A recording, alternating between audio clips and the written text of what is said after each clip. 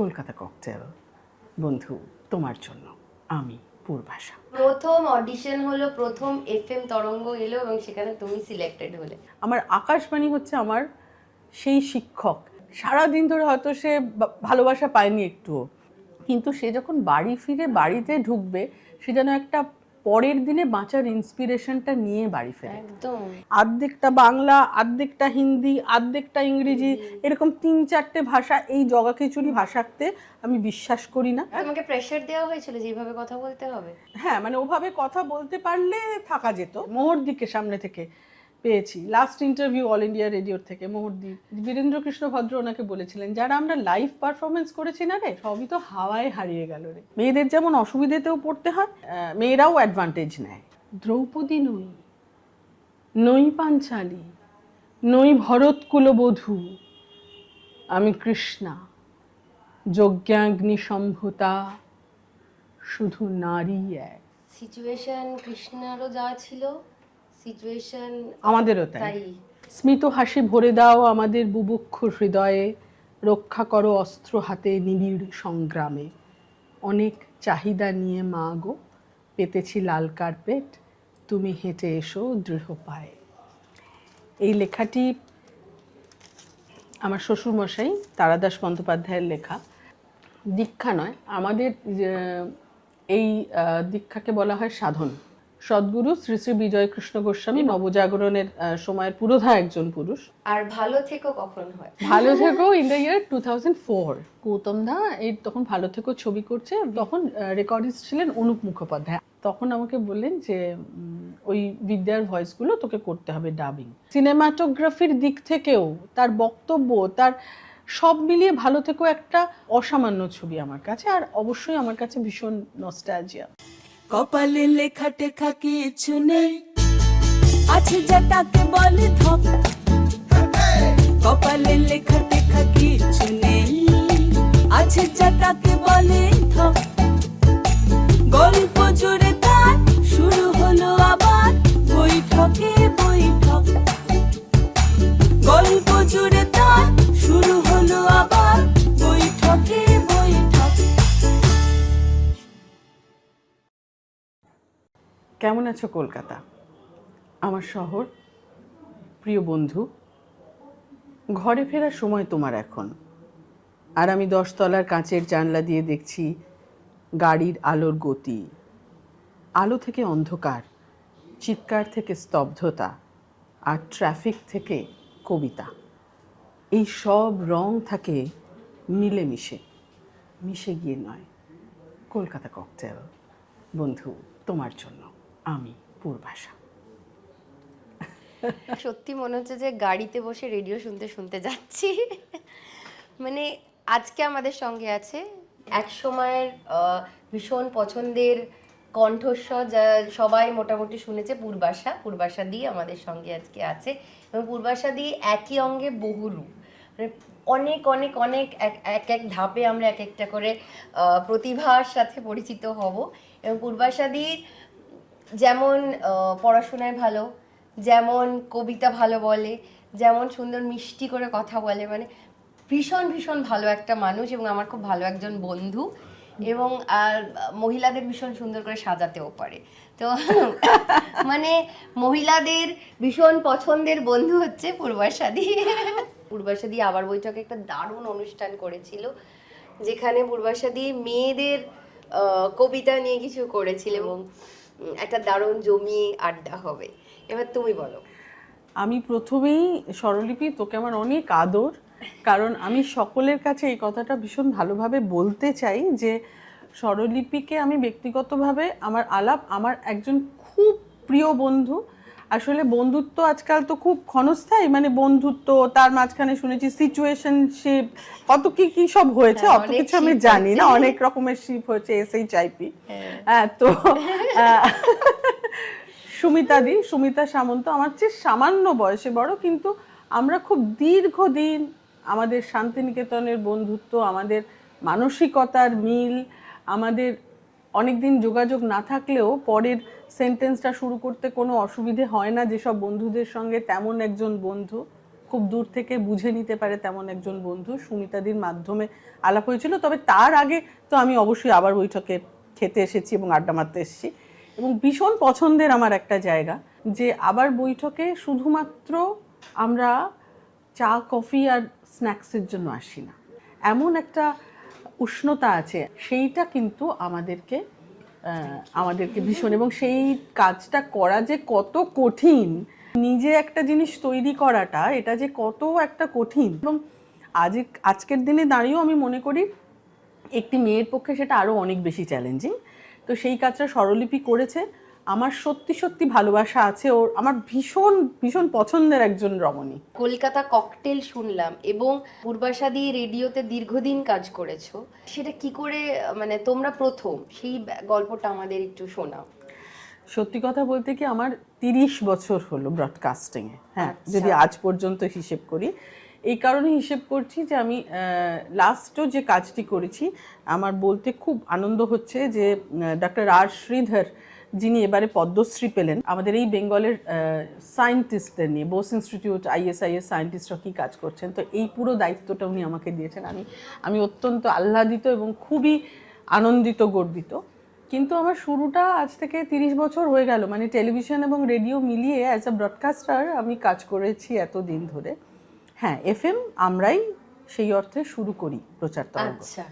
All India রেডিওতে তখন একটি নতুন প্রচার তরঙ্গ এলো, যেটাতে মানুষ একটা অন্য সাউন্ড শুনলেন, কি ফ্রিকোয়েন্সি মডুলেশন। তার আগে রেডিও কি ছিল, রেডিওর জনপ্রিয়তা টেলিভিশনের তুলনায় অনেক কমে যাচ্ছিল, এবং যে প্রচার তরঙ্গগুলো ছিল সেগুলোর ডিটেলে আমি যাচ্ছি না, সেগুলো অনেক দূর থেকে শোনা যেত, মোনো সাউন্ড ছিল।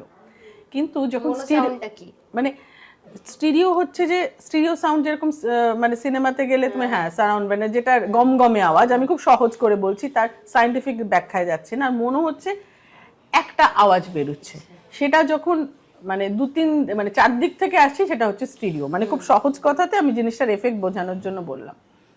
এবং ফ্রিকোয়েন্সি মডুলেশনটা না স্ট্রেট তরঙ্গটা যায়, অন্য তরঙ্গ এরমভাবে তরঙ্গায়িতভাবে যায়।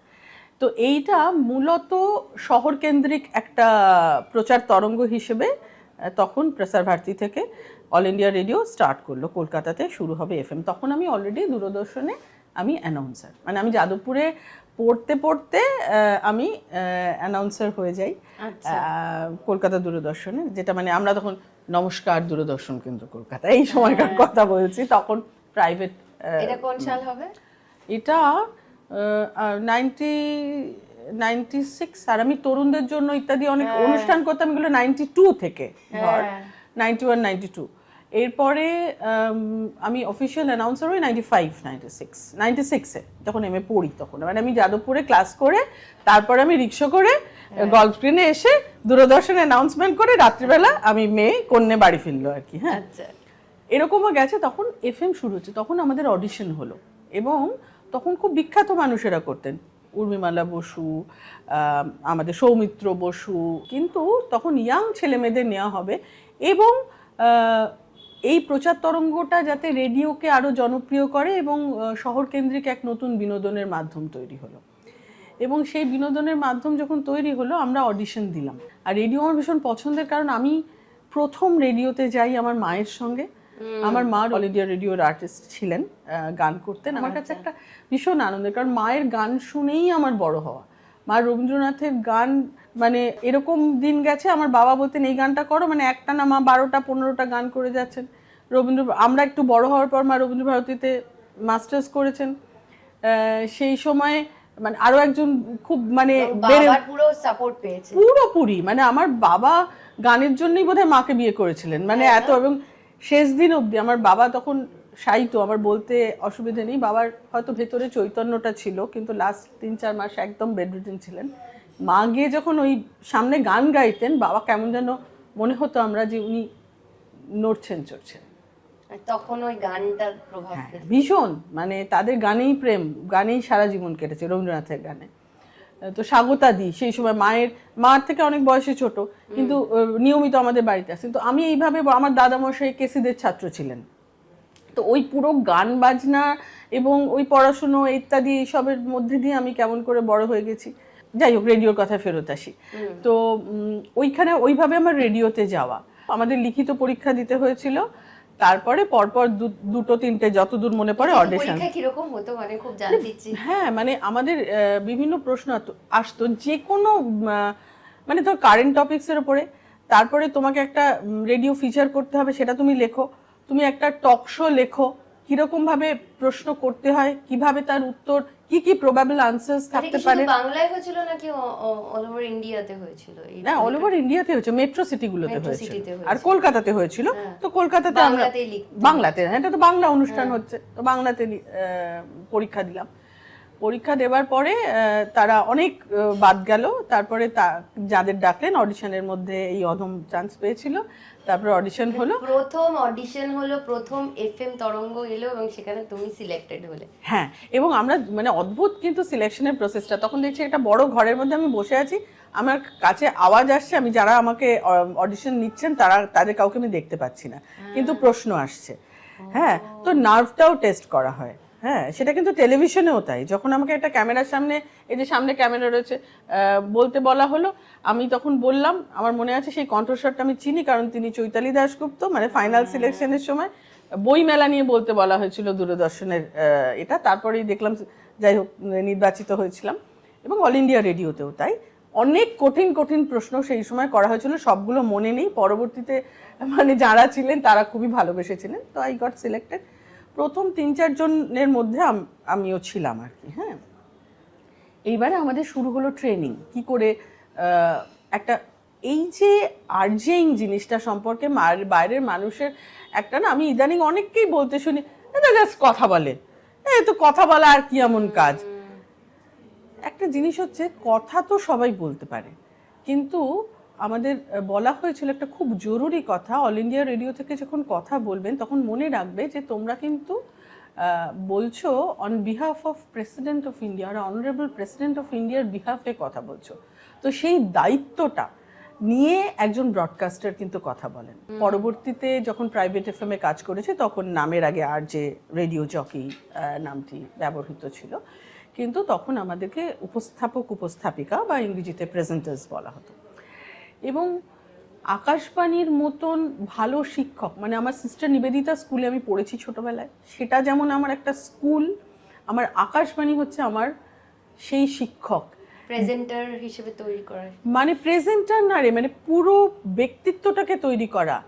হেন কোনো গান নেই যা আমি শুনিনি, গালার রেকর্ড থেকে শুরু করে ইপি, লং প্লে, মানে সমস্ত বিখ্যাত আর্টিস্টদের গান শোনার সুযোগ, কোনটা সিলেক্ট করব। স্কুলে বিখ্যাত সব ব্যক্তিত্বদের কণ্ঠস্বর, কখনো সত্যজিৎ রায়, উৎপল দত্তের স্কুলটা বোধহয় হারিয়ে গিয়েছিল, জানি না, মানে যতদূর মনে পড়ছে, এইরকম সমস্ত স্টলওয়ার্ডদের, মানে আমাদের দেশের বিভিন্ন বিষয়ে জানতে পারা, যারা প্রোগ্রাম এক্সিকিউটিভ ছিলেন সেই সময়। আমি বিশেষ করে মানে তুহিনদা ছিলেন, সর্বরিদি ছিলেন, সাথীদি ছিলেন, এদের কন্ট্রিবিউশন এফএমকে তৈরি করার পেছনে অনেক। এবং আমি ডক্টর অমিত চক্রবর্তীর কথা বলবো, আমি স্বপ্না মণ্ডলের কথা বলবো, যিনি ব্যক্তিগতভাবে আমাকে খুব ভালোবাসতেন, কিন্তু ডক্টর অমিত চক্রবর্তী একটা সময় মানে পুরো এই এফএম এর যে জনপ্রিয়তা, এবং এমন অনুষ্ঠান করতে হবে যেটা দিয়ে মানুষের কাছে পৌঁছতে হবে, সেই কাজগুলো করেছিলাম। অনেক অনেক রকম কাজ হতো, অনেক সাহসিক কাজ ছিল, অনেক ব্যতিক্রমী কাজ ছিল। যেমন 97 কি 98 হবে একটা অনুষ্ঠানের কথা বলবো আমি, সেটা এখন ইনফ্যাক্ট মানবী দিও বলেন।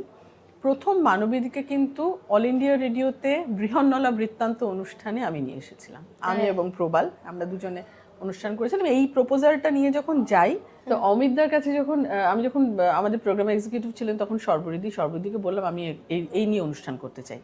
তো তখন বললেন আমি জানি না, আমার তো ইচ্ছে, তুমি একবার অমিতদাকে জিজ্ঞেস করো। তখন কিন্তু আমরা স্টেশন ডিরেক্টরের ঘরে অ্যাজ প্রেজেন্টার আমরা কিন্তু চলে যেতাম, এবং তারা কি স্নেহ করতেন।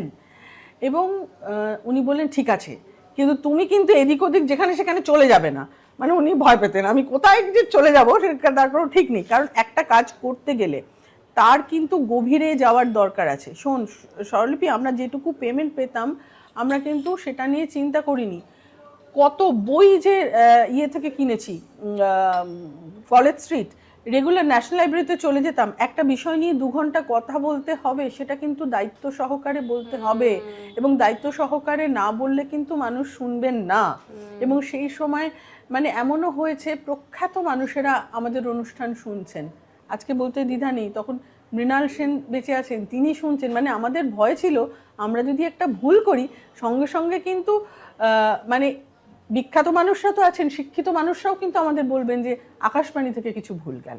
আকাশবাণী, প্রচার তরঙ্গ, এইরকম সিরিয়াসনেসের সঙ্গে শুরু হয়েছিল। যাই হোক, বৃহন্নলা বৃত্তান্তটা যেটা হয়েছিল সেটা পুরো এই অনুষ্ঠানের দুনিয়াটাকে পুরো চেঞ্জ করে দিয়েছিল।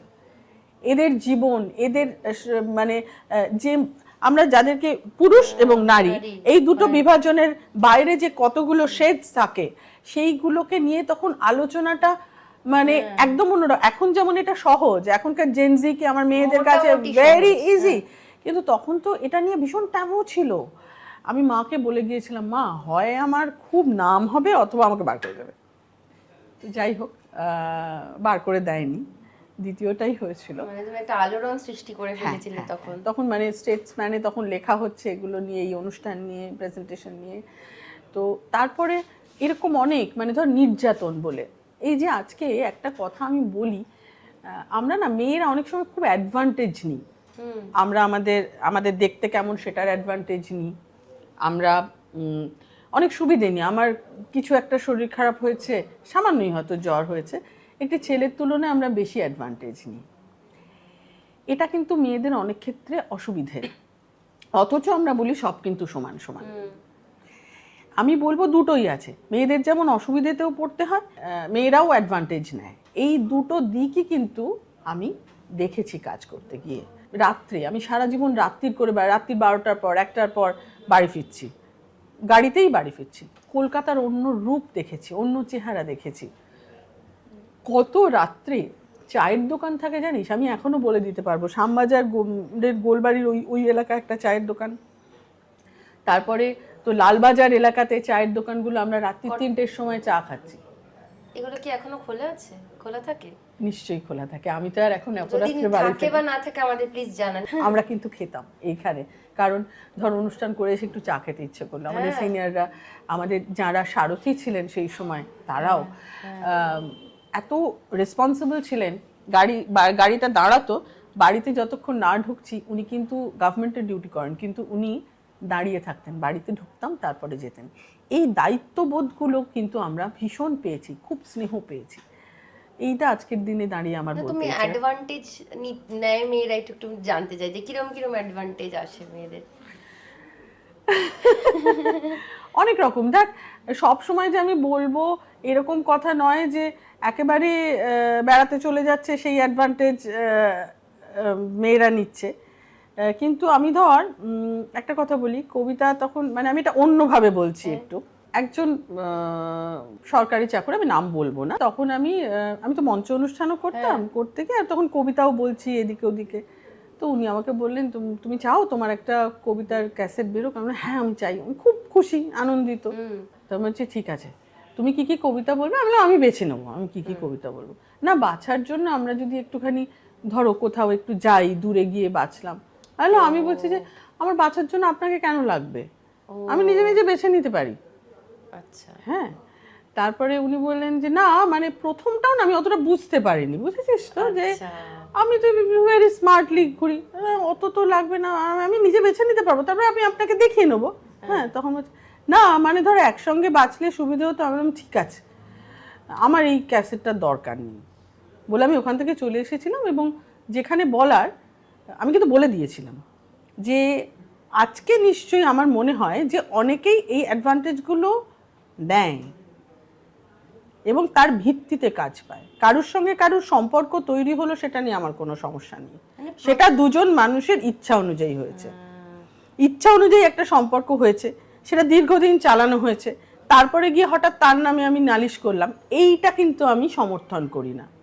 কারুর ইচ্ছে ছাড়া কোনো কিছুতে কখনো বাধ্য করা যায় বলে আমি মনে করি না, আমাকে কোনোদিন করতে হয়। যে অ্যাডভান্টেজ নিয়ে কাজ করেছে সেও যে খুব সাকসেসফুল হয়েছে তারও কিন্তু কোনো সব সময় সেটা হয়েছে, তারপরও হয় কিন্তু না। মানেনি। মানে না না করলেও যে সাকসেসফুল হওয়া যায় না সেটারও কিন্তু কোনো আমার মনে হয় এগুলোতে না খুব পার্মানেন্ট সাকসেস কিছু আসে না। আসল কিন্তু তোর কাজের কি গুণমান থাকলো। প্রত্যেকটা সেক্টরে এরকম লোকজন বসে আছে না, আর ভাবে যে মেয়েরা কি ইজিলি অ্যাভেলেবল চলে যাবে।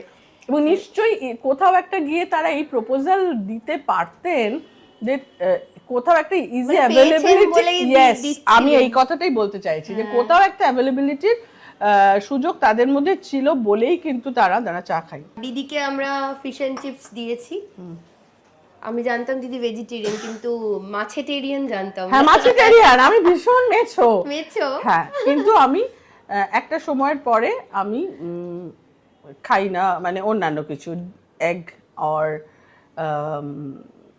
মানে মিট কিছু খাই না। যতটা স্লটার করতে পারি ততটুকুন খাই, মাছটা কাটতে পারি সেইটুকু। ও আচ্ছা, একটু খেয়ে দেখি। হ্যাঁ নিশ্চয়ই, প্লিজ। ভীষণ ভালো। তোর এখানে এর আগেও আমি খেয়েছি, এটা আমার একটা খুব অত্যন্ত পছন্দের ডিশ।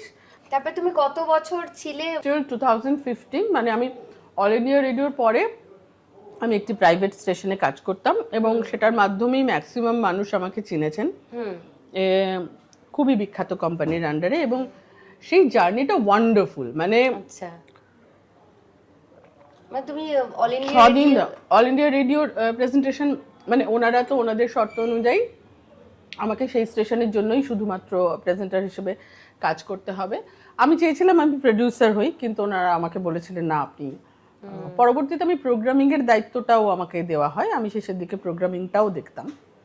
কিন্তু আমার মানে আমি ঢুকি, মানে ওনারা আমাকে সিলেক্ট করেন অ্যাজ আর যে বলা হতো রেডিও জকি, আর যে পূর্বাশা হিসেবেই আমি পরিচিত ছিলাম সেই সময় যে রেডিও স্টেশনটি। এবং তখন কিন্তু প্রতিদিন, মানে সোম থেকে শনি। এটা কোন সাল হবে মোটামুটি তাও? এটা আমি 2007 সালের কথা বলছি তোকে, 2007।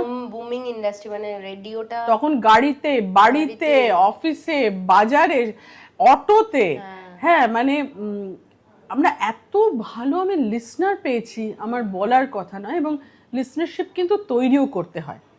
এই যে কথা বলা, আমি শুরুতে বলছিলাম it's part of the show, একটা 20 ভাগ বিষয় কথা বলা, কিন্তু পুরোটা হচ্ছে ওই কনসোল চালানো, পুরো অনুষ্ঠানটা কি হবে সেটাকে সাজানো, নিজেকে কত পজিটিভ থাকতে হয়। হ্যাঁ সেটা তো এনার্জি, যে কোনো ক্রিয়েটিভ কাজের জন্যই তোমার পজিটিভ থাকতে হবে। আমি এই মুহূর্তে বলছি আমার নিজের একজন, এই সময় দাঁড়িয়ে একজনের মাঝে মাঝে আমি যেই সময়টা গাড়িতে আসি সেই সময় তিনি থাকেন দুপুরের দিকটাতে, সে এত নেগেটিভ ভাবে কথা বলে না, শুরুই করে এমন ভাবে যে তোমার মনে হয় বাবা বন্ধ করে এটাকে। মানে আমি এত নেগেটিভ, আমিও যদি সেখান থেকে নেগেটিভ ভাইবস পাই আমারও তো শুনতে ইচ্ছে করবে না সেটা। আলটিমেটলি একটা মানুষ যখন বাড়ি ফিরছে, আমার সবসময় মনে হতো সে সারাদিন ধরে তার অফিসের ঝক্কি, তার সারাদিন ধরে হয়তো সে ভালোবাসা পায়নি একটু, সে বকা শুনেছে, সে তিরস্কার শুনেছে, সে নেগেটিভ কথা শুনেছে, কিন্তু সে যখন বাড়ি ফিরে বাড়িতে ঢুকবে সে যেন একটা পরের দিনে বাঁচার ইন্সপিরেশনটা নিয়ে বাড়ি ফেরে। এবং সেইটাই ছিল আমার কি বলবো চাবিকাঠি, যেটার জন্য আমি এত মানুষের ভালোবাসা পেয়েছি। এবং এটা মানে রেজিস্টার্ড যে মানে যে র্যাম বলে একটা বিষয় থাকে, মানে যে মেজারমেন্টে রেডিও মাপা হয়, সেই সময় সেটা ওই শোটি খুবই মানে ওই 1-2 নম্বর শো ছিল আর কি। আমি 2টা বললাম, বহুদিন ধরেই সেই অনুযায়ী ওটা টপ রেটেড শো, 1-2 বলবো না, টপ রেটেড শো ছিল। আমার ফেলোরাও খুবই ভালো অনুষ্ঠান করতেন, তো কম্পিটিশনও ছিল খুবই, কারণ কমার্শিয়াল জায়গাতে কাজ করা সেটা যথেষ্ট টেরাসিটির বিষয়, বাইরে থেকে দেখলে একরকম মনে হয়। প্রত্যেকটা তোমার সময়ও তো অনেক রেডিও স্টেশন, সময়টা 2007 তো অনেক রেডিও স্টেশন, তখন টপ রেডিও স্টেশন আছে, তার মধ্যে একটা নতুন রেডিও স্টেশন শুরু হলো যেখানে আরজেরা বাংলায় কথা বলবে। এবং সেই জন্যেই কিন্তু আমার এইখানে এই রেডিও স্টেশনে কাজ করা, যে আমার শহরে আমার মাতৃভাষাতেই কথাটা হবে, এইটা একটা চূড়ান্ত, মানে সেই সময় বাংলা আমাদের গান বাজানো হচ্ছে, হিন্দি গান বাজানো হচ্ছে, টাইম টেস্টেড সং, এমন সুন্দর কন্টেন্ট তৈরি করা। প্রত্যেক দিন আমি একটা অনুষ্ঠান করতাম, এভাবেও ফিরে আসা যায়, গানটার প্রথম লাইনটা থেকে প্রত্যেক দিন একটা গল্প বলতাম, একটা কামব্যাক স্টোরি, সেটা কোনো লেখকের হতে পারে, কোনো প্লেয়ারের হতে পারে, একজন সাধারণ মানুষের জীবনেরও সত্যি ঘটনা তিনি কি করে হেরে গিয়ে আবার ফিরে এলেন। এই জিনিস এই জিনিসটা প্রতিদিন, মানে ওই অনুষ্ঠানটা যখন পরবর্তীকালে 5 দিন 6 দিন সপ্তাহে প্রত্যেকদিন নতুন করে একটা প্রত্যেক দিন একটা করে গল্প বলতাম, ওই সময় ভীষণ লিসনারশিপ দেখা যেত যে খুব উঠে। তাহলে সব মানুষের কিন্তু একটা খিদে ছিল যে তারা এমন কিছু শুনতে চান, এমন কিছু কন্টেন্ট চান যেটার জন্য তারা থাকবেন। আমি মনে করি না ব্যক্তিগতভাবে যে শ্রোতারা খুব বোকা, শ্রোতারা খুব খারাপ। আমি মনে করি সবসময় তারা আমাদের থেকে অনেক বেশি শিক্ষিত, অনেক বেশি যোগ্য। সুতরাং তাদেরকে কোনোভাবে মানে তারা ওই একটা এমনি শো, মানে একটা ভাষা কথা বলে গেলাম, এটা খুব তাড়াতাড়ি তিনটে ভাষায় একসঙ্গে কথা বলে। দেখ, কথা বলতে বলতে আমাদের একটু ইংরেজি কথা আসে, একটু হিন্দি আসে, সেটা ঠিক আছে, কিন্তু আমার একটা সেন্টেন্সের মধ্যে আর্ধেকটা বাংলা, আর্ধেকটা হিন্দি, আর্ধেকটা ইংরেজি, এরকম 3-4টে ভাষা, এই জগাখিচুড়ি ভাষাতে আমি বিশ্বাস করি না। আমি এটা বলতে পারি না, আমি এটা বলতে চাইনি। সেই জন্যে যতদিন পর্যন্ত আমি আমার বাংলা ভাষাতে কথা বলতে পেরেছি ততদিন আমি কথা বলেছি। তারপরে আমি আর তোমাকে প্রেসার দেওয়া হয়েছিল যে এইভাবে কথা বলতে হবে?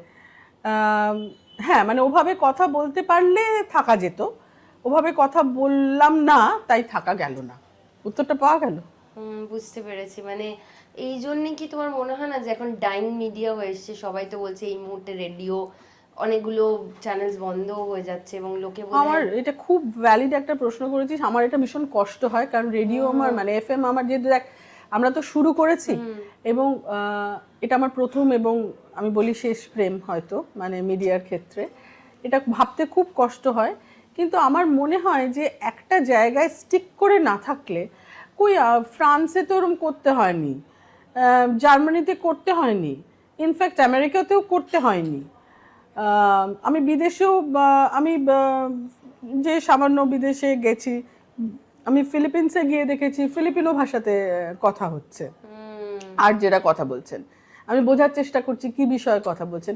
খানিকটা শুনলে বোঝাও যায়। দেখবে যে কোনো ভাষারই একটা কমিউনিকেশনের জায়গা আছে, সেটা শুনলে বোঝা যায়।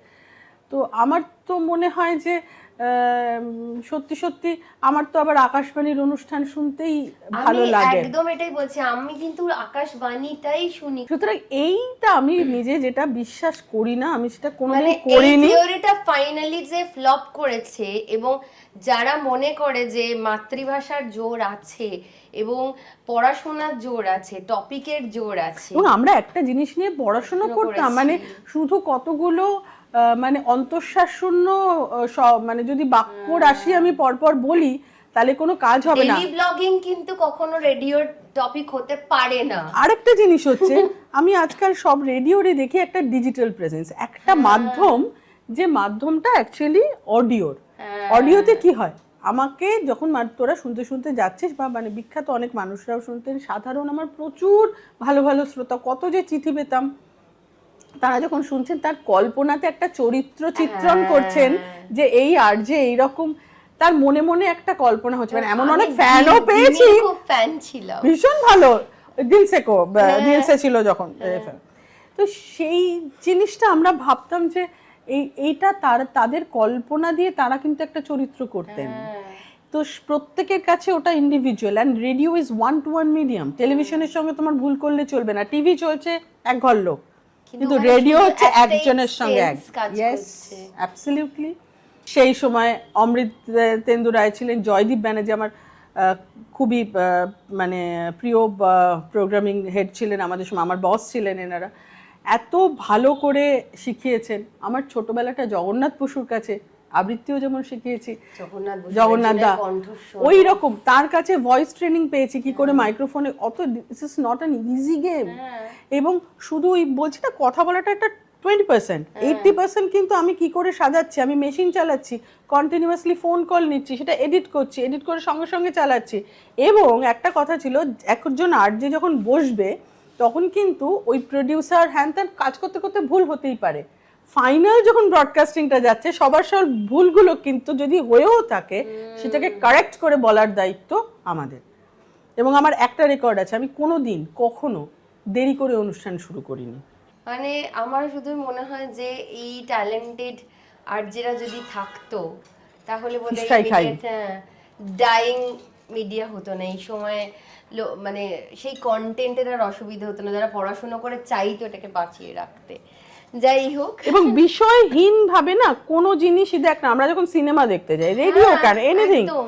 তুই যদি আজকে সেটারও তো অবস্থা খুবই খারাপ, মানে অ্যাকচুয়ালি কি বলতো, এই যে রুট থেকে চলে যাওয়া, যেটা আজকে স্টুডিওর ভেতরটা যদি আমি প্রমোশনের জন্য ডিজিটালি দেখাই, তাহলে আমি বুঝবো কিভাবে আরেকটু ইন্টেলিজেন্ট মার্কেটিং, আরেকটু ইন্টেলিজেন্ট ব্র্যান্ডিং কি করা সম্ভব নয়? সম্ভব, একটু ভাবতে হবে বলে আমার মনে হয়। যা কিছুই হচ্ছে, হ্যাঁ digital medium is very important, কিন্তু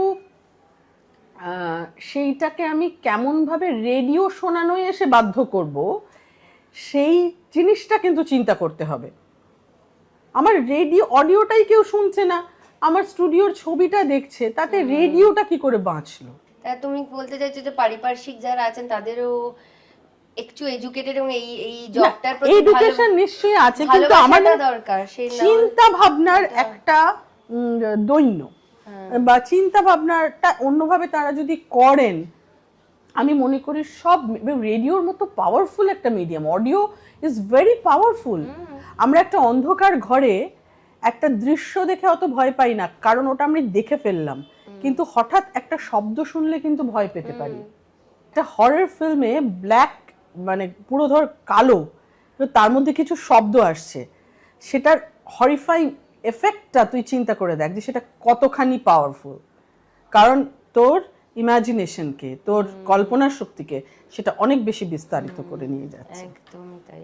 এত রেডিওর কথা শুনে তোমার থেকে এবার একটু কিছু শুনতে ইচ্ছে করছে, একটু আমাদের কিছু যদি পড়ে শোনাও, কবিতা বা কিছু। তাহলে আমি আমার বাবার একটা খুব প্রিয় কবিতা, বাবা শুনতে খুব ভালোবাসতেন, বাবা এখন আর তাকে মানে চোখ বন্ধ করলে দেখতে পাই, সামনে থেকে দেখতে পাই না। আর এই ডায়েরিটা জানিস তো, আমার প্রথম কবিতার ডায়েরি, সেটা আমার আজও আমার সঙ্গে রয়েছে। এটা 1988-এর ডায়েরি। এটাকে আমি ছাড়িনি, অনেক কিছু এসেছে গেছে, এটাকে ছাড়িনি কখনো। কৃষ্ণা, সব্যসাচী দেবের লেখা, আমি একটু পড়ছি।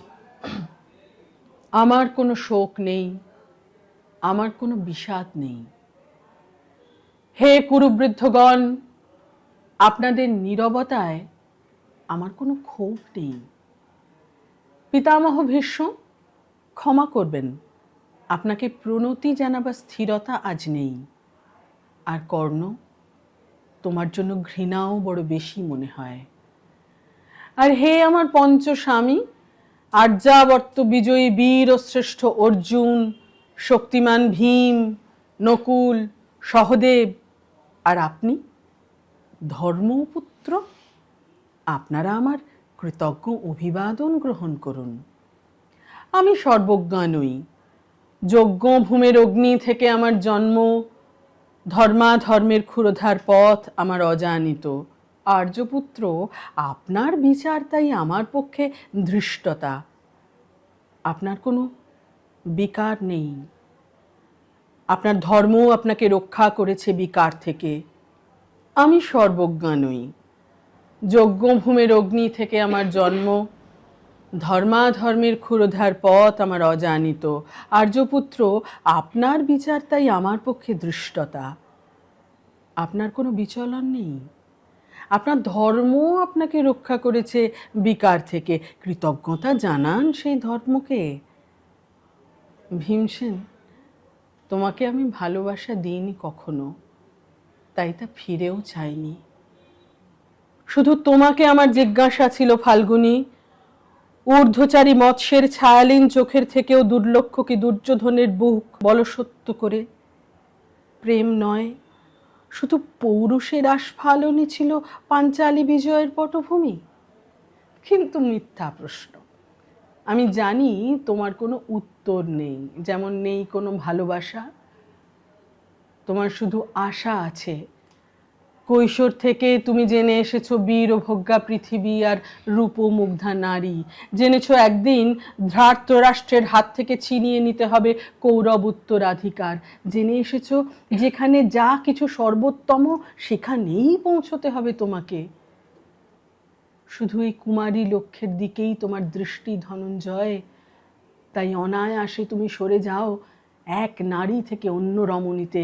তোমার পূর্বপুরুষেরা যেমন একদা এক তৃণপ্রান্তরকে নিঃশেষ করে চলে যেতেন বনান্তরে। এই দূত সভায় দাঁড়িয়ে আমাকে জানতে হলো নারী শুধু কয়েক প্রহরের বিলাস সঙ্গিনী। মণিময় হার, শত সহস্র তরুণী দাসী, দান্ত, মাতঙ্গ, গন্ধর্ব প্রেরিত অশ্বযূথ, আর আমি পাণ্ডুপুত্রবধূ। এক পংক্তিতে দাঁড়িয়ে আমরা সবাই অপেক্ষায়। পিতৃগৃহে যেমন দেখেছিলাম আহিরিনীরা দূর গ্রাম থেকে নিয়ে আসে তাদের পসরা, আর তার উপর ঝুঁকে পড়ে লুব্ধ ক্রেতার দল, আমাদের ব্যবহার করার জন্য তেমনি উন্মুখ হয়ে আছে যারা আমার পতির আত্মীয়। আর আমাকে আমাদের বিলিয়ে দিচ্ছেন যারা, তারা আমার পঞ্চস্বামী, বিবাহের মঙ্গলসূত্র হাতে বেঁধে যারা একদিন আমার ওপর নিয়ম সিদ্ধ করেছিলেন তাদের অধিকার। না, শুধু এই রত্নমণ্ডিত সভাগৃহেই নয়, আরও আগে আমাকে জানতে হয়েছিল আমার কোনো বাসনা নেই, নেই কোনো নিজস্ব ইচ্ছা। অর্জুন, প্রথম দেখার মুহূর্তে আমার হৃদয় দিয়েছিলাম তোমাকে, অথচ আমার শরীরকে প্রথম আলিঙ্গন করলেন ওই মহাভাগ যাঁর খ্যাতি ধর্মপুত্র বলে।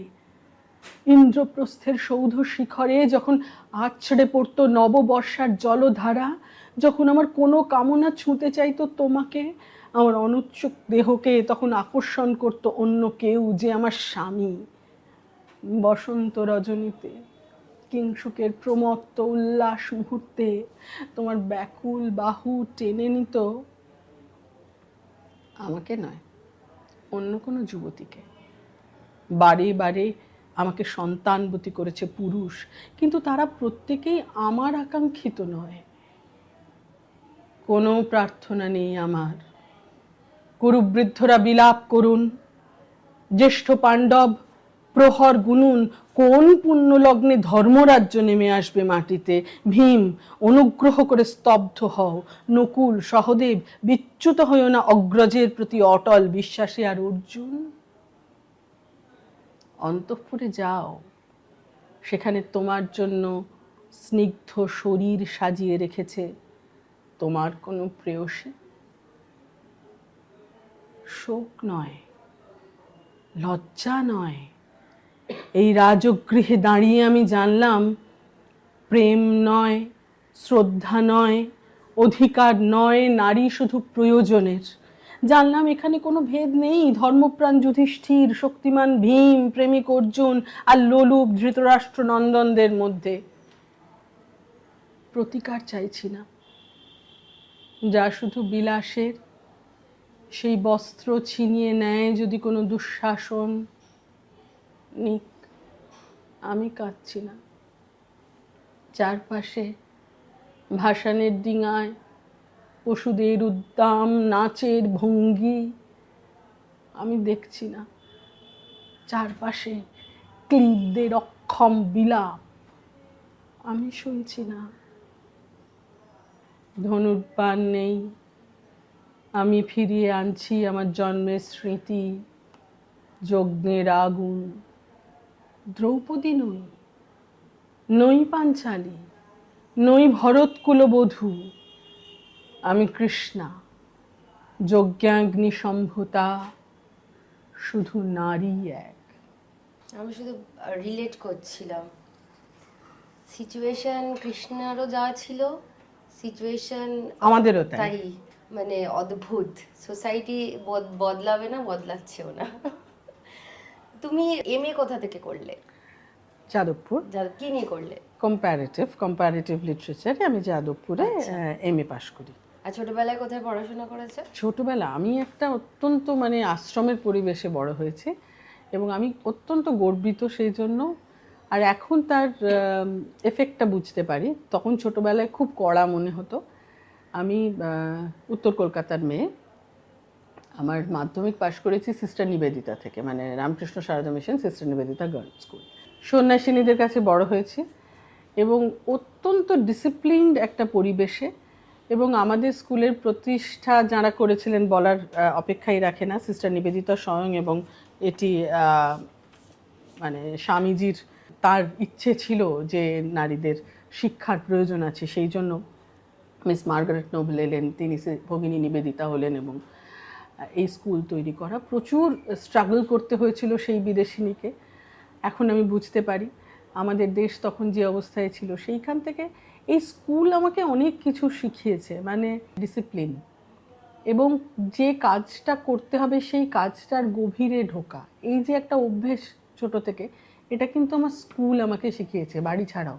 আমার মনে আছে আমাদের মাতাজিরা বলতেন, আমরা যদিও দিদি বলতেন নিজের জীবনে যেটা করতে চাও সেটাকে সঠিক পথে করতে হবে, এবং যেখানে না বলার দরকার সেখানে কিন্তু যেভাবেই হোক ভদ্রভাবে নাটা বলতে হবে। এটাও কিন্তু আমার স্কুলের থেকেই শেখা। সেখান থেকে শুনে নিবেদিতা, তারপরে বেথুন, আমার 11-12। তখন তো সেই সময় স্কুলগুলো, আমি জানি না এখন কি অবস্থায় আছে, বাট নিবেদিতা তো এখনো মানে এখনো বেস্ট স্কুল অ্যাওয়ার্ড পেয়েছে, মানে এনারা কখনোই নিজেদের স্ট্যান্ডার্ডটাকে হ্যাঁ, ওয়েস্ট বেঙ্গল বোর্ড, দেখ বোর্ড না যে কোনো কিছুই হতে পারে, তার সঙ্গে পড়াশুনোর মানে এখন একটা খুবই শুনি এই বোর্ড ওই বোর্ড সেই বোর্ড, কিন্তু দেখ আমাদের ব্যাচের প্রথম 10 জন যারা ব্যাচমেট, তারা প্রত্যেকেই প্রখ্যাত সায়েন্টিস্ট বিভিন্ন সারা পৃথিবীতে, এবং তাদের মধ্যে একজন এই চন্দ্রযানে মানে চাঁদেও রকেট পাঠিয়েছে, মানে এতটাই বুলবুল। হ্যাঁ, আমাদের ক্লাসমেট ছিল, শি মানে ওই টিমটার মধ্যে রয়েছে। কেউ ক্যান্সারের খুব ওষুধের ওপরে কাজ করছে। শুধু সেই সময় কেন, মানে এখনও অনেক কৃতি ছাত্রীরা, আমি কিছুদিন আগেই দেখলাম এই ইয়ের ওপরে, নিপা ভাইরাসের ওপরে সম্ভবত, যদি খুব ভুল না করি, যে মেয়েটি ডাক্তার, সেও কিন্তু কোন মাধ্যমে পড়লাম এইটা এবং কোন বোর্ড থেকে পাশ করলাম এইটা খুব গুরুত্বপূর্ণ বলে আমার মনে হয় না। আমি নিশ্চিন্তে বলছি, সারাক্ষণ এটাই বলতে থাকে যে তুই এই সময় দাঁড়িয়ে মেয়েকে ওয়েস্ট বেঙ্গল বোর্ডে দিয়েছিস, বেশ করেছিস, কোথায় ভবিষ্যৎ নেই, চাকরি পাবে না, কিছু যায় আসে না। কত জেলা থেকে কত ভালো ভালো ছেলে মেয়েরা পাশ করছে, চাকরির জন্য পড়াশোনা করেন, তারা পড়াশোনা করার জন্য পড়াশোনা করে। হ্যাঁ, এবং এই প্রত্যেকটা সাবজেক্ট জানাটা খুব জরুরি। হ্যাঁ, মানে তার মধ্যে ধর এটা খুব ঠিক যে সব বিষয়ে সবাইকে ভালো হতে হবে এর কোনো মানে নেই। তোমার অপছন্দের সাবজেক্ট কি ছিল? বাবা, অঙ্ক আমি ভীষণ ভয় পেতাম। ওরে বাবা, ভীষণ ভয় পেতাম, এবং অঙ্ক মাধ্যমিকের অঙ্ক পরীক্ষা দিইনি। আমি তো সিটিতে থাকতাম, ওখান থেকে বাগবাজার মাল্টিপারপাসে সিট পড়েছিল, একটা লরি খারাপ হয়ে গেছে, আমি আমার এক বান্ধবী, আমার বান্ধবীর বাবা দিয়ে যেতেন আর আমার মা নিয়ে আসতেন, এরকম আর কি ছিল, পাশাপাশি বাড়িতে থাকে। এবারে ওইখান থেকে হেঁটে হেঁটে বাগবাজার মাল্টিপারপাস অব্দি যখন গেছি তখন ঘন্টা পড়ে গেছে, পড়বি পর অঙ্ক পরীক্ষার দিন। এই ভগবান, আমি জানি না, আমি অঙ্ক পর্যন্ত মানে মাথা ঠান্ডা করে। আর আমরা কিন্তু সবাই মাধ্যমিকেও স্কুলে মানে পরীক্ষার আগে আমরা প্রেয়ার করতাম, স্কুলের প্রেয়ার, সেখানে এটা আমাদের স্কুলের একটা খুবই ঐতিহ্য। সেদিন আমার প্রেয়ার হয়নি, আরও আমার টেনশন। বসেছি অঙ্ক পরীক্ষা দিতে, কোয়েশ্চেন পেপার এসছে, আমি অঙ্ক করছি 60-65 মতো আনসার করেছি। তখন আমার মনে হচ্ছে, আমি মাঝে মাঝে খুব সিলি মিস্টেক্স করতাম, আচ্ছা হে ভগবান, যদি এইখানের মধ্যে থেকে আমার সব অঙ্ক ভুল হয় তাহলে তুমি অঙ্কে ফেল করবো, এবং সিস্টার নিবেদিতা স্কুলের ইতিহাসে এটা একটা ঐতিহাসিক ঘটনা হবে যে একজনকেও ফেল করেছে। তারপরে আমি এইসব করে করে আমি 3বার ধরে মিলিয়েছি, মানে সব সময় চলে গেছে, ছেলে মানুষ ছিলাম তো। তবে মোটামুটি 80 মতো আনসার করে 78 আনসার করেছিলাম, তাতে আমি 72 পেয়েছিলাম। ওরে বাবা, জয় মা দুর্গা। আর কি হয়েছে, একটা খুব অদ্ভুত কথা বলি, আমি না এটিএম এ টাকা তুলতে পারতাম না বহু বছর অবধি। কার্ড দিলে কোথার থেকে কি হয়ে যাবে এই ফোবিয়া কাজ করতো। কার যে কখন কিসে ভয় করবে সেটা তো ডিফিকাল্ট বলাটা, মানে সেটা থেকে বেরোবে কি করে, মানে তুমি কি করে বেরিয়েছো, বেরোতে পেরেছো না? হ্যাঁ, এখন আমি মানে তুই বল না, আমি সমস্ত হিসেব নিকেশ কিভাবে, এক্সেল শিট, এখানে এটিএম, ওখানে এই, আমার অনেক বন্ধুরা এখনো অনলাইনে সব করতে পারে না, আমি সব কিছু করতে পারি। তুমি কি করে বেরোলে, মানে এটার জন্য কোনো কাউন্সিলিং করেছো না নিজেই কাউন্সিলিং? জীবনের চেয়ে বড় কাউন্সিলর কে আছে? এক্স্যাক্টলি। আমি যেদিন জানলাম যে আমার জীবনটা আমাকে একা চালাতে হবে আমার মেয়েকে নিয়ে, যেদিন বুঝতে পারলাম। তুমি মানে একা, তোমার মেয়ের এখন কত বয়স হবে? মেয়ে হচ্ছে 16, এবার মাধ্যমিক দিয়েছে। প্রথম থেকে একা চালাচ্ছ? না, 2009 হয়েছে রূপশালী, 2017 থেকে আমি একাই মেয়েকে নিয়ে একা বলবো না, সেই সময় আমার সঙ্গে মানে আমার আরেকজন যিনি পিলার জীবনের, যিনি একটি দুর্ধর্ষ মারণ রোগকে নিজে ফুৎকারে উড়িয়ে দিয়ে সেটাকে সারিয়ে সর্বরকমভাবে সর্বংসহায়, আমার মায়ের কথা বলবো। তিনি সবসময় আমার সঙ্গে। কিন্তু ওই রকমই আমার ভাই, আমার ছোট্ট ভাইটা, সে তখন বিদেশে থাকে। কর্মক্ষেত্র তো তখনও চলছে, মানে ওইটুকু আমার মেয়ে তখন ধর 2তে পড়ে 3তে পড়ে। আমার মেয়ে ছোটবেলায় পাঠভবনে পড়তো, একটা ভীষণ মিষ্টি স্কুল, মানে মন্টেসারিটা, সেই মেয়েটা রঙিন জামা পরে যেত, বই খাতা ছাড়া সবকিছু কি সুন্দর বলতে পারতো, শিখতে পারতো। কি করে যে শিখে যায় সেটা বোঝাও যায় না। হ্যাঁ, তো তারপরেও প্রাইমারিতে আমি নানা কারণে ওকে চেঞ্জ করি, ওর কার্মেলে ও চান্স পায়। তখন কিন্তু একই সঙ্গে আমার আমি তখন রেডিওর কাজটা আমি 15 ছেড়েছো, 17 হ্যাঁ, তুমি একা মেয়েকে, হ্যাঁ। এটা কি আর্থিকভাবেও তুমি একাই চালাচ্ছিলে? হ্যাঁ, এবং আমি একা চালাচ্ছিলাম। সেই সময় ওইটাই তো বললাম, আমার ভাই যেভাবে আমাকে সেই সময় আমার পাশে থেকেছে, ইটস আ ব্লিস। এটা আমার জীবনের খুব আশীর্বাদ যে আমি তখন বুঝতে পেরেছিলাম যে আমার নিজের কি কি পোটেনশিয়ালিটি আছে। এবং সেই সময় আমার ভাই যেভাবে আমার পাশে থেকেছে, আমার মা, আমার অনেক বন্ধুরা। আমি এটাও বলবো যে আমার মেয়ের যিনি পিডিয়াট্রিশিয়ান, ওই আমি নিজের দাদা বৌদির মতন বলি, ধীমানদা, ইশিকাদি, এদের কথা বলছি। আমার বেশ কিছু বন্ধুবান্ধব, তাদের কথা বলছি। এরা সবাই আমার পাশে ছিলেন। আমি একদম একা ছিলাম না, এবং কোনো দিনই না আমি একা থাকলেও একাকিত্ব আমাকে গ্রাস করেনি। ক্লাস 2-3তে পরে মায়ের কাছে রেখে আমি তখন বাংলাদেশে গেছি কাজের জন্য।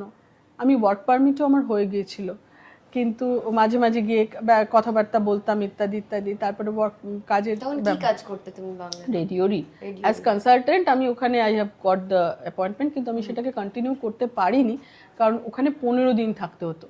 একটা অতটুকু মেয়েকে ছেড়ে 15 দিন থাকাটা, তখন আমার মায়ের অসুস্থতাটাও অনেক বেশি। আর আমি কিছুদিন করবার পরে তারপরে আমার এখানে আর একটা অন্য জায়গাতে প্লে টু মি বলে ছিল কোম্পানিটা, এটা ওয়াজ আ স্টার্ট আপ। এখানে ওই ডিজিটাল পারফরমেন্স করানো হতো, মানে এখন যেমন ফেসবুক লাইভ দেখছিস, ওটা তো পাবলিক জেনারেটেড একটা কন্টেন্ট, এটা প্রফেশনালি কিউরেটেড শোজ। মানে জিরো ছিল জিনিসটা, বাড়িতে বসে লোকে গিটার বাজিয়ে গান করতো। সেই শো থেকে অল টপ সেলিব্রিটি শোজ, মানে রূপম আমাদের শোতে কাজ করেছে, বন্যাদি, রেজওয়ানা চৌধুরী বন্যা করেছেন, বাবুল সুপ্রিয় করেছেন, উস্তাদ জাকির হোসেনের অনুষ্ঠানটা আমরা ব্রডকাস্ট, মানে থ্রু ওইভাবে ব্রডকাস্ট করি আর কি। আমি অনেকের নাম মিস করে গেলাম, তারা কেউ কিছু মনে করবেন না। সেই অল দ্য ক্লাসিক্যাল আর্টিস্টস, মানে সন্দীপন সমাজপতি বল, হ্যাঁ, পণ্ডিত সমীর চ্যাটার্জি আমার কাকা, উনি নিউ ইয়র্ক থাকতেন সেই সময়, তাদের অনুষ্ঠানগুলো এখানে হতো। তো এই সমস্ত অনুষ্ঠানগুলো, সেটা আমরা একটা স্টুডিওর মধ্যে আমরা ইউজ টু রেকর্ড, এবং সারা পৃথিবী সেটা টিকিট কেটে সেই সময় দেখতে পাবে। সেই প্ল্যাটফর্মটাকে এইখানে ইস্টার্ন ইন্ডিয়াতে দাঁড় করানো, সেটারও কন্টেন্ট হেডের দায়িত্বে আমি ছিলাম। তারপরে কোভিড হলো, বুঝতে পারলি তো তখন তো স্টুডিওর কাজ আমি আর করতে পারলাম না। তো তখন খুব স্ট্রাগল গেছে, খুব। এই মেয়েটিরও তো তখন একটা মানসিক একটা সমস্যা চলছে, তাকে তোমাকে সাপোর্ট দেওয়া। এবং আমার মেয়ের একটা অদ্ভুত ব্যাপার আমি দেখেছি, আমার মেয়ে আমাকে নিয়ে খুব খুশি। তাই? হ্যাঁ, এবং আমি কিন্তু তাকে কোথাও আমি কিন্তু বাধা দিইনি কারোর সঙ্গে কোনো কিছু, মানে সে যোগাযোগ করবে না বা তার পরিবারের সঙ্গে কিছু, এরকম কখনো বলিনি। আমি আমার মেয়েকে আজও পর্যন্ত, দেখ আমি না একটা অদ্ভুত মা, যে মানে সবাই খুব, আমি দেখি তো গিয়ে টেনশন করে যে আচ্ছা অমুক এ সেকশনে এই পড়া দিয়েছে, আমি জানি না, জানিস তো যে এ সেকশনের কি পড়া, বি সেকশনের কি হয়নি। আমি ওকে বলেছি ওর জীবনে যেটা করতে চায়, যা ওর ভালো লাগে সেটাও করুক, একটা স্কুলিংয়ের মধ্যে দিয়ে তো যেতে হবে, সেটা ঠিকই। আর দেখেছি যে চরিত্রটা ঠিক আছে কিনা, মানে মানুষ হিসেবে ঠিক আছে কিনা। আমি ওকে একটাই কথা বলেছি, দুটো জিনিস করবি না তো কিচ্ছু করতে হবে না জীবনে, কোনো চাপ নেই। একটি বিখ্যাত পরিবারের সে মেয়ে, আমার দিক থেকেও একটা মিনিমাম পরিচিতি আছে, তো ওর বেচারির ওপরে অনেক রকম চাপ আসতেই পারে। আমি সেই চাপটা, ওকে চাপ মুক্ত একটা জীবন দিতে চেয়েছি। ও যা কিচ্ছু করতে হবে না, খালি চুরি করবি না।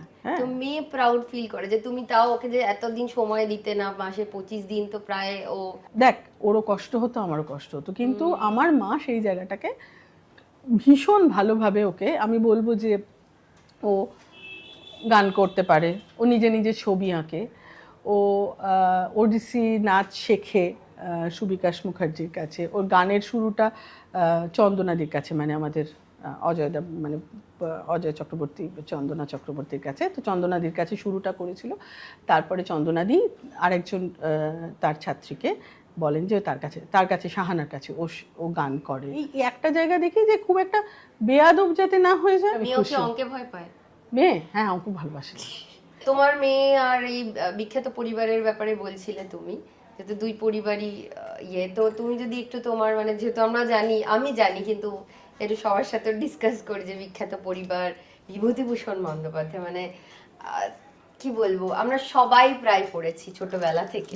বাঙালির মানে চৈতন্য যারা যারা ঘটিয়েছেন তাদের মধ্যে আমি একজন বাঙালি হিসেবে যেরকম ফ্যান ছোটবেলা থেকে, চাঁদের পাহাড় পড়া থেকে শুরু করে সবকিছু, আজও আমি সেই একই রকম। তাহলে একটা চিঠি পড়ি, চিঠি বা কবিতা যা কিছু বলা যেতে পারে। 2005 সালের 25শে ফেব্রুয়ারি 12:50 মহাকরণে বসে লেখা।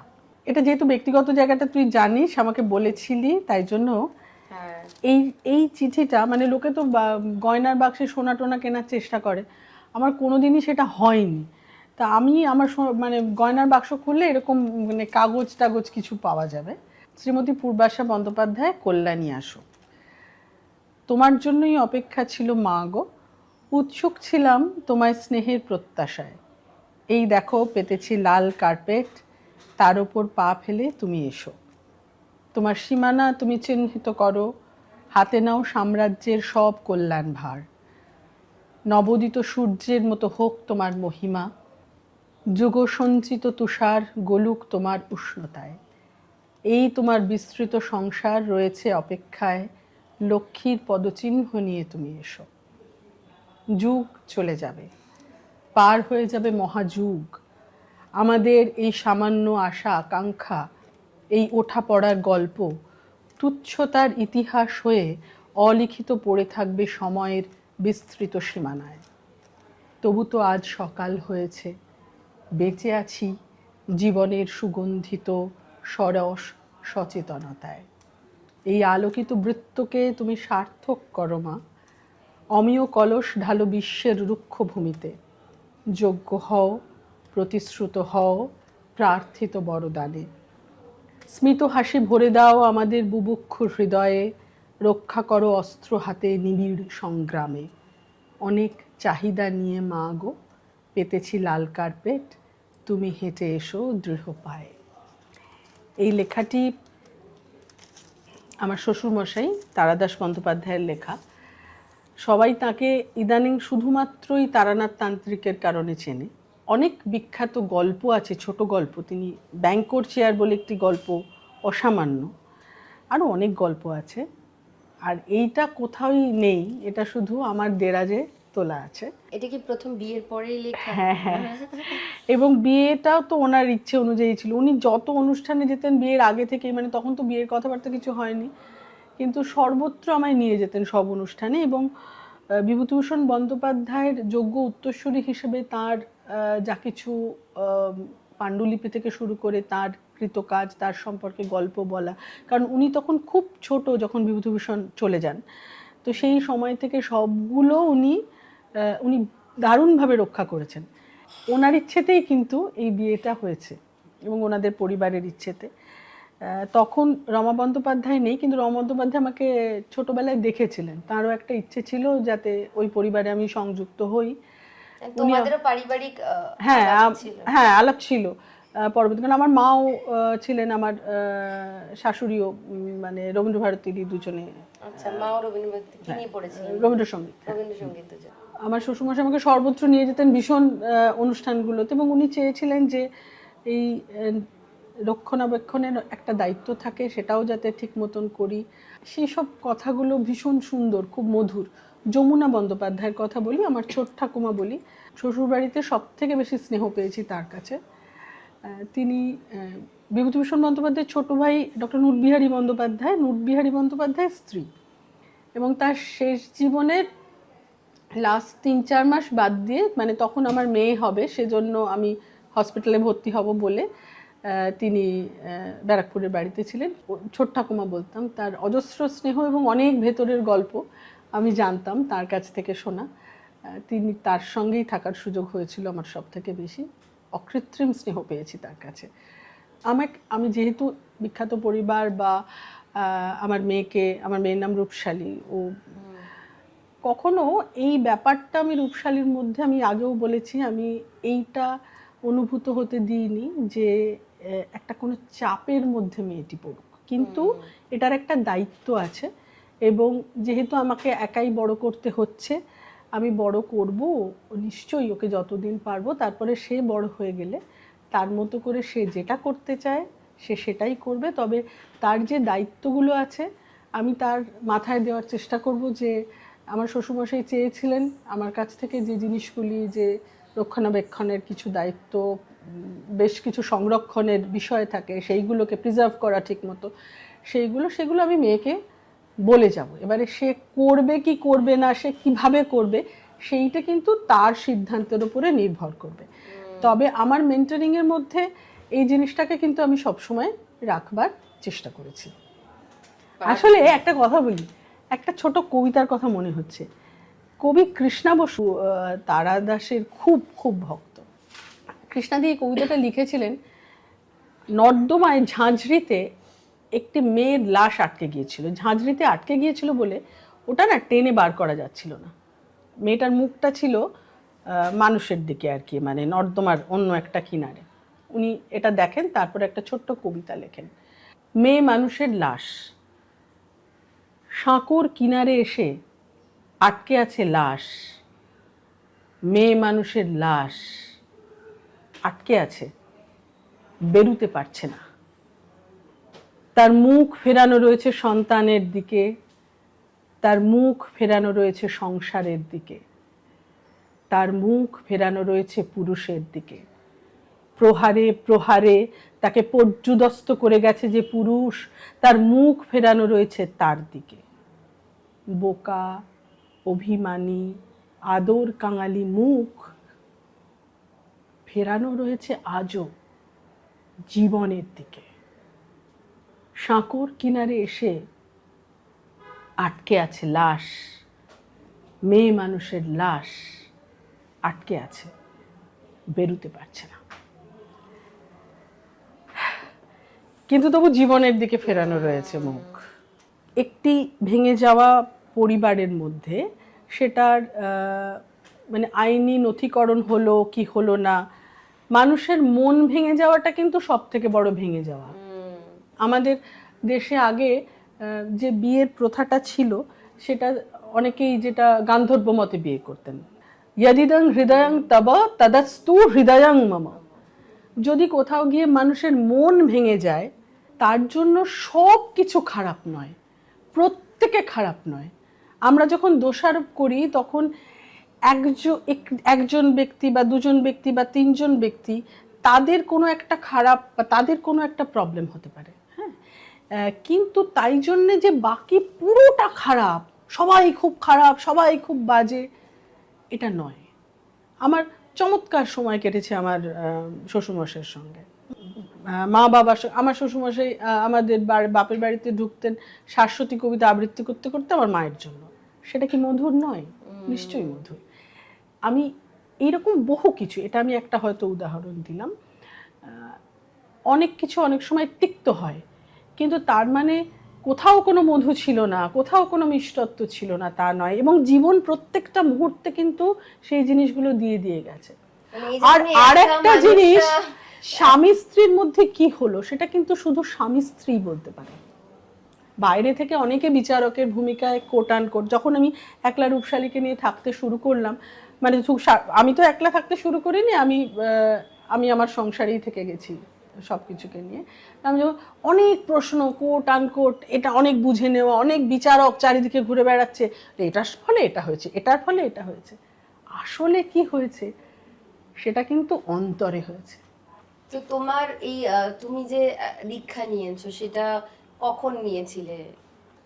দীক্ষা নয়, আমাদের এই দীক্ষাকে বলা হয় সাধন, আচ্ছা, হ্যাঁ, সদ্গুরু সাধন। আচ্ছা, সদ্গুরু শ্রী শ্রী বিজয়কৃষ্ণ গোস্বামী, মহাত্মা বিজয়কৃষ্ণ গোস্বামী, যিনি একজন ঐতিহাসিক ব্যক্তিত্বও বটে, নবজাগরণের সময়ের পুরোধা একজন পুরুষ। দেবেন্দ্রনাথ ঠাকুর তাকে পাঠান ঢাকা ব্রাহ্ম সমাজের আচার্য রূপে। তো তার ধারায় আমার সাধন হয়। আমাদের কিন্তু মানে ওইরকম দীক্ষা নয়, হ্যাঁ, সাধন মানে নিজের ভেতরটাই কোথাও একটা গিয়ে কিছু বদলে গেল, এই জিনিসটা হয়। এটা আমার 2015 সালে হয়। অর্থে কষ্টে দৈন্যে সব সময় আমার সঙ্গে থেকেছে আমার এই ভাই বোনেরা, যারা যারা আমার সতীর্থ এই স্কুলিংয়ে। কি হয় এই ব্যাপারটা আমি বলি, ইন দ্য ইয়ার 2013 আমি তখন চাকরি করি রেডিওতে।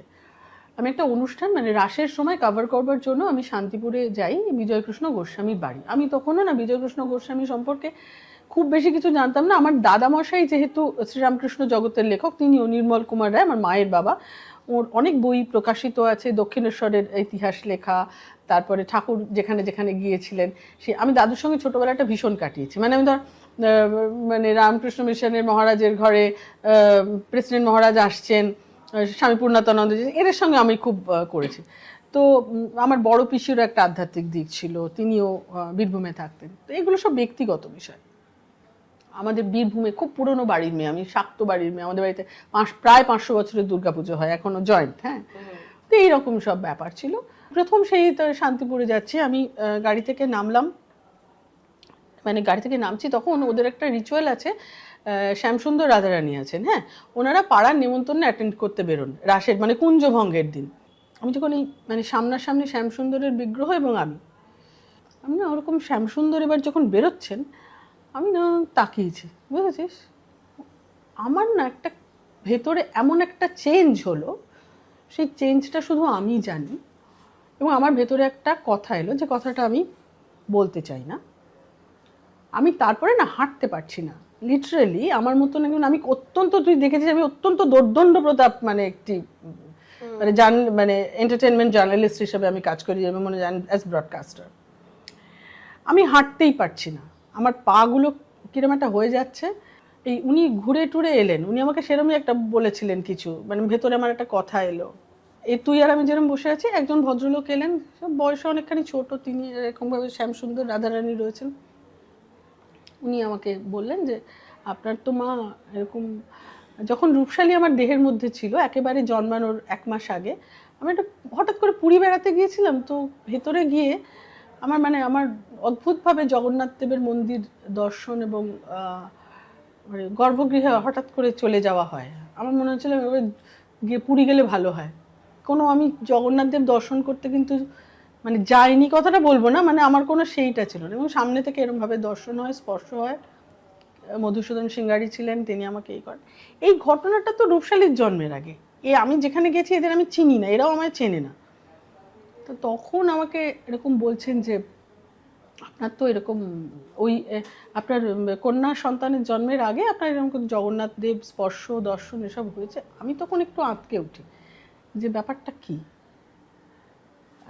এরপরে আমি আর ডিটেলে যাব না, এমন অনেক কথা বলতে থাকেন যিনি ছিলেন পরবর্তীকালে, তিনি আমার গুরুজি, মানে সদ্গুরু বিজয়কৃষ্ণ গোস্বামীর ধারাতে আমার তারপরে সাধন হয়।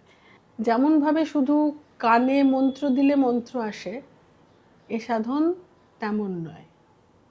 মানে এটা একটা অদ্ভুত আমার কাছে, কারণ আমি একেবারে আধ্যাত্মিক জগতের লোক কিনা, আমি বিশ্বাসই করি না। তো হতেই পারে, যেদিন আমি তো এরকম ছিলাম, সুমিতা দি আমাকে ভীষণ ভালোভাবে জানে, মানে আমাকে কোনো কিছুতে কনভিন্স করানো, মানে আমার মা পরবর্তীকালে গিয়ে দেখতে গিয়েছিলেন যে কি এমন জায়গা যেখানে আমাকে কনভিন্স, আমি কনভিন্সড হলাম। আর ভালো থেকো কখন হয়?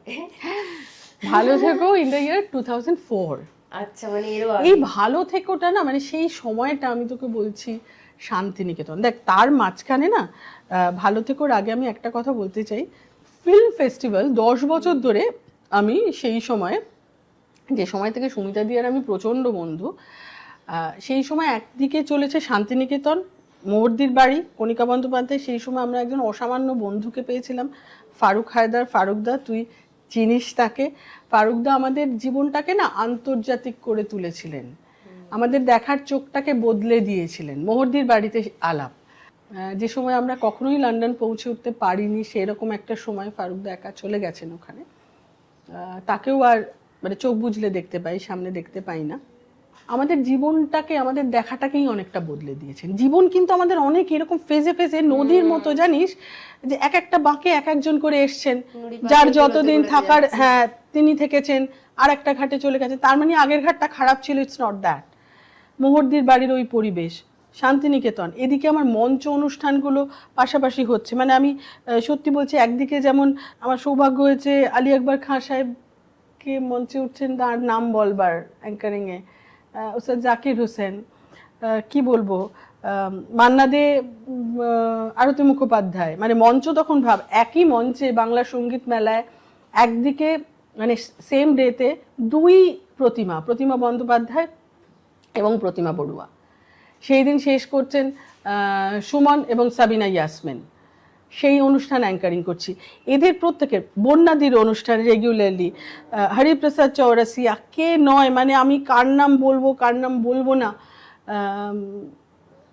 মানে সাবিত্রী দেবী কৃষ্ণন, যে যখন এলেন দেশিকোত্তম নিতে, কেসি দাসের বাড়িতে একটি অনুষ্ঠান হয়েছিল, এবং তখন আমি অনেকখানি বাচ্চা ছেলে মানুষ, তাকেও প্রেজেন্ট করার সৌভাগ্য হয়েছে। কিন্তু আমি ওই সময়টাতে না, মানে একটা ফেজে চলে যাওয়ার সময়টাতে আমি অনেক এইরকম মানুষদের মানে পেয়েছি। এবং কলকাতা চলচ্চিত্র উৎসব, তখন যে সমস্ত মানুষেরা আসতেন, আমি একজনের কথা বলছি, বিখ্যাত চিত্রনাট্যকার জন ক্লদ কাহিয়ে, হ্যাঁ, তিনি পিটার ব্রুকের মহাভারত করেছিলেন। পিটার ব্রুকের মহাভারত, ট্রুফোর ছবির চিত্রনাট্যকার এসছেন, তার ইন্টারভিউ করছি। হ্যাঁ, তখনও সুব্রত মিত্র বেঁচে আছেন, সৌমেন্দু রায়, এদের ইন্টারভিউ করছি। এছাড়া তো ধর মানিরত্নম টেনিরত্নম, এরা তো সব দেশের আছেন। এবং ওইখানে আমরা একটা জিনিস শিখেছিলাম, আমাকে না এই প্রত্যেকটা সিনেমার আগে গিয়ে, মানে প্রথম ইনগ্রেশনটা মধুমন্ত্রী করতেন, তারপরে প্রত্যেকটা সিনেমার আগে গিয়ে আমাকে সেই ছবি সম্পর্কে এবং যারা যে গেস্ট এসছেন তাদেরকে ইন্ট্রোডিউস করতে হতো টু দ্য অডিয়েন্স। নন্দনেই মূলত হতো, আর তারপরে যেখানে যেখানে। এবার তার মাঝখানে আমি কলকাতা, মানে আমি এফটিআইআই পুনেতে একটা 1 মাসের কোর্স করেছিলাম জার্নালিস্টদের, ওই তোর ফিল্ম অ্যাপ্রিসিয়েশন কোর্স। তো ওটা এর পরে আমি করেছিলাম, আমি সিনেমা দেখতে ভালোবাসতাম বলে। অ্যাঙ্কারিং করার জন্য আমাকে তখন বলেছিলেন তদানীন্তন মুখ্যমন্ত্রী বুদ্ধদেব ভট্টাচার্য, এবং অংশু সুর আমাকে সেই সময় নন্দনের ডিরেক্টর ছিলেন, আমায় খবর দিলেন। অ্যাঙ্কারিং করা মানে কিন্তু যাদের যে ছবিটা হচ্ছে সেটা সম্পর্কে বলতে হবে, যারা এসছেন গেস্ট তাদেরকে ইন্ট্রোডিউস করতে হবে টু দ্য অডিয়েন্স। সুতরাং সেই ছবিটা নিয়ে পড়াশুনো করা। ওই ছবিগুলো তো এখানে রিলিজ হচ্ছে না, আগে থেকে গিয়ে আমরা ছবি দেখতাম, তার লিটারেচার এইখানে, মানে তার আগেই আলাপ হয়েছিল গৌতম দার সঙ্গে, গৌতম হালদারের সঙ্গে, সেটার যোগসূত্রও সুমিতা দি। কিন্তু এই সময়টাতে না পুরো একটা পরিবেশ এমন ছিল যে আমরা পড়াশুনো করে কাজটা করতাম। এবং আকাশবাণীতে সাইমালটেনিয়াসলি কার্টুন রেজার অনুষ্ঠান করতাম, সেখানে অংশু সুর আসতেন, এবং যে ছবিটা ধর ইরান থেকে এসছেন তাহমিনা মিরানি, তিনি নারীবাদ নিয়ে, নারী স্বাধীনতা নিয়ে কথা বলেন, তো তার বিরুদ্ধে ফতেয়া জারি হয়েছে। পরমা সুন্দরী এবং অসম্ভব ইন্টেলেকচুয়াল, 2 উইমেন ছবিটা দিয়ে শুরু হয়েছিল একবার ফেস্টিভ্যাল, মনে আছে।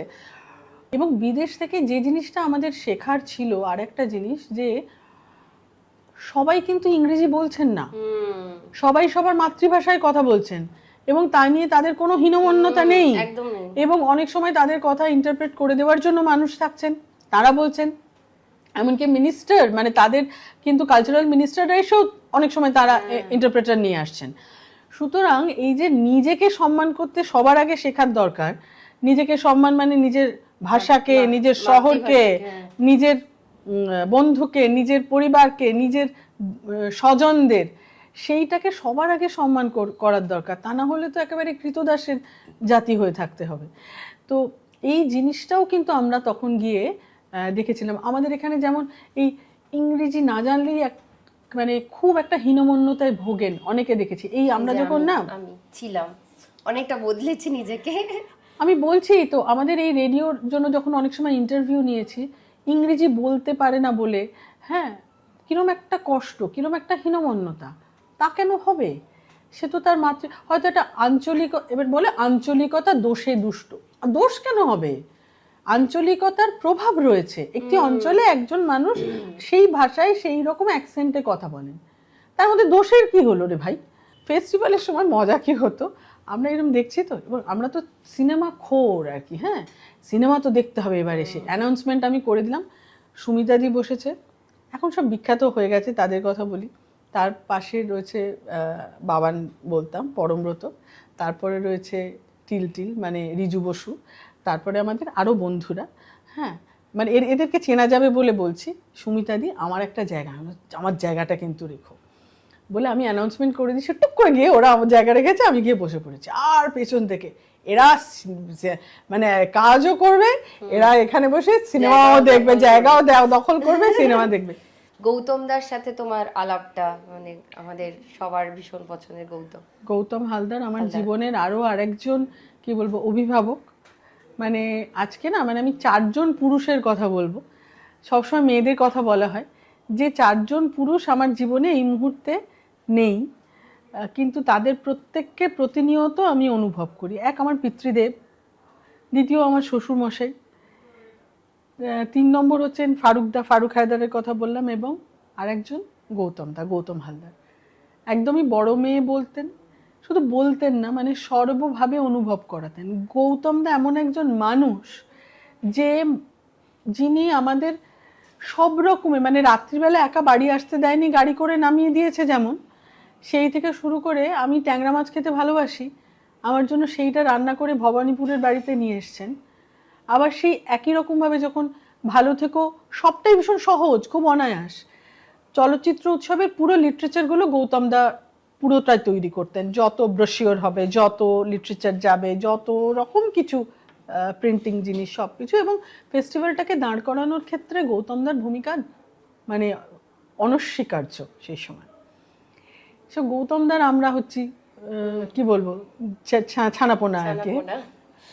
তখন গৌতমদা এই তখন ভালো থেকো ছবি করছে, বিদ্যা বালান প্রথম ছবি, আমাদের সকলের খুব আনন্দের। এবং বিদ্যা না ওই যে বললাম মনের ব্যাপারে অন্তরে অন্তরে একই রকম আছে কিন্তু, হ্যাঁ এটা ওর সঙ্গে আমার মানে এই প্রশ্নটা অনেক জায়গাতেই আমাকে করা হয়, এবং মানে কি বলবো যে ও কেমন, ও বদলে গেল কিনা, একদম মানুষ ওরকমভাবে যে অন্তরে যে যেরকম থাকে না সে কখনো বদলায় না।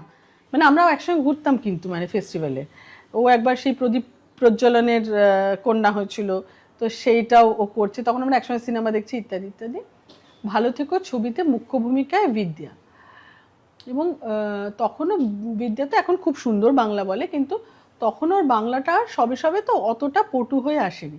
তো প্রথমে আমাকে গৌতমদা বলেছিল তুই একটু ওর বাংলাটা একটু দেখে দিস, তো আমি প্রথমে করতে গেলাম, তারপরে সেইটা না করে বলে আচ্ছা তুই একটুখানি বলতো, এবং তুই বলতোটা মানে আমি তখন অক্সফোর্ডে ঘুরছি, অক্সফোর্ড ওই বুক স্টোরে ঘুরছি, আমার মনে আছে একটা ফোন এলো ছোট্ট, আমার একটা তখন মোবাইল ফোন, তখন এসে নোকিয়া ছোট্ট ফোনটা নীল রঙের 3310, ওটাতে ফোন এলো, বললো তুই আয় একটুখানি দেখ তো, আমি একটু গলাটা তোর দেখবো, তুই চলে আয় ব্ল্যাক ম্যাজিক স্টুডিওতে। আমি গেলাম, তখন রেকর্ডিস্ট ছিলেন অনুপ মুখোপাধ্যায়, আরও একজন লেজেন্ডারি মানুষ, মানে সাউন্ড এডিটিংয়ে এইরকম একজন, মানে আমি অনুপদাকে দেখেছি ভ্রমরার রেকর্ডিং হচ্ছে শিকড়ের সন্ধানে, এটা আবার আরেকটা কথা, সে সমস্ত ফোক সঙের প্রিজার্ভেশনের কাজ হচ্ছে। অরোরা স্টুডিও একটা ফাঁকা ঘরের মধ্যে অনুপদা রেকর্ড করেছিলেন, আজ মনে হয় টপ লেভেল কোনো স্টুডিওতে রেকর্ড করা হয়েছিল, এবং যারা গান গেয়েছিলেন তারা একেবারেই মাঠে ঘাটের মানুষ, মানে আমি বলছি প্রফেশনালি ওইভাবে মাইক্রোফোন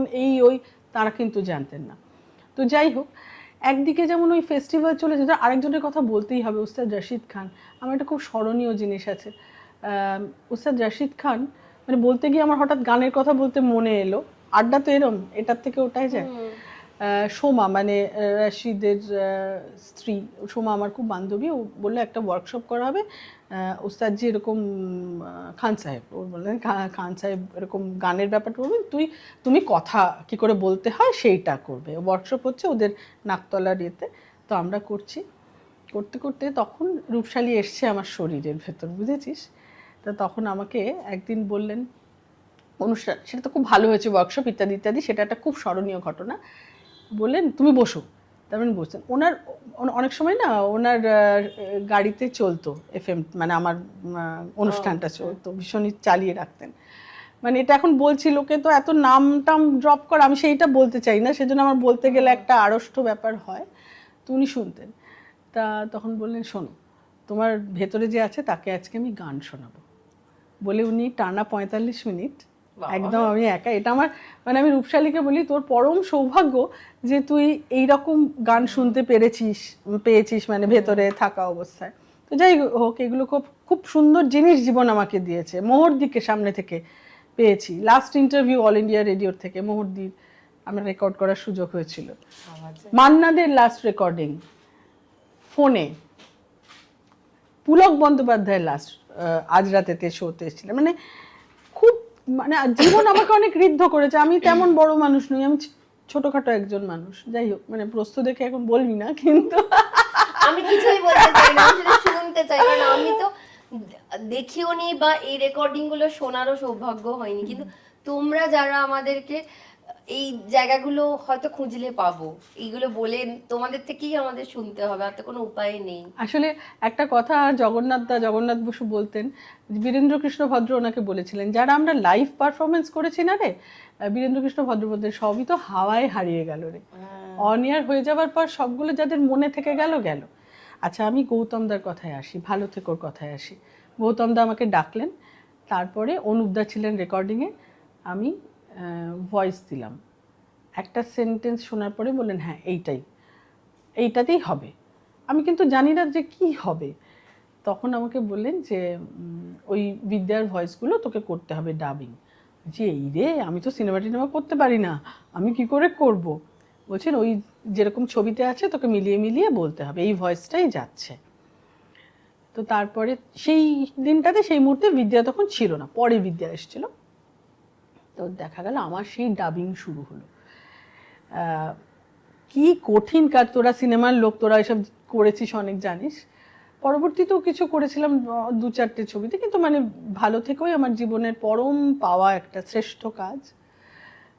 এবং সেটা করতে করতে কাজটা যে কি কঠিন। কতদিন দিয়ে করেছিলে? ধর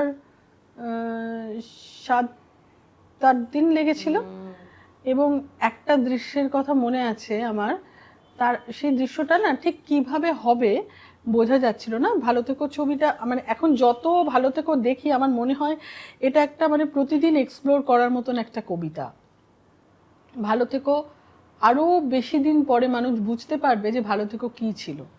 আমি তার গ্রামাটিক্যাল পারফেকশন অমুক তমুকে যাব না, আমি সেই অসামান্য ছবিটি তার কি বলবো সিনেমাটোগ্রাফির দিক থেকেও, তার বক্তব্য, তার সব মিলিয়ে ভালো থেকো একটা অসামান্য কবিতা, অসামান্য ছবি আমার কাছে। আর অবশ্যই আমার কাছে ভীষণ নস্টালজিয়া। ভালো থেকোর ধর একটা জায়গা আছে যে ওর দাদা কিছুদিন ধরে বাড়িতে আসছে না, বোঝা যাচ্ছে সে কোনো একটি রাজনৈতিক দলের সঙ্গে যুক্ত, আমি দলের নাম করতে চাইছি না। সে আর ফিরছে না, সে আদর্শের জন্য, দেশের জন্য সে চলে যাচ্ছে। বাড়িতে সেটা নিয়ে টেনশন। তার আগে ওই গঙ্গার পাড়ে আর কি একটি লাশ বোধহয় টেনে নিয়ে যাওয়া হয়েছে রাতের অন্ধকারে, ভোর রাতে। এক মানে মানসিকভাবে প্রকৃতিস্থ নয় একজন মানুষ সেটা দেখেছে। এবার সেটা নিয়ে একটা গুঞ্জন হচ্ছে।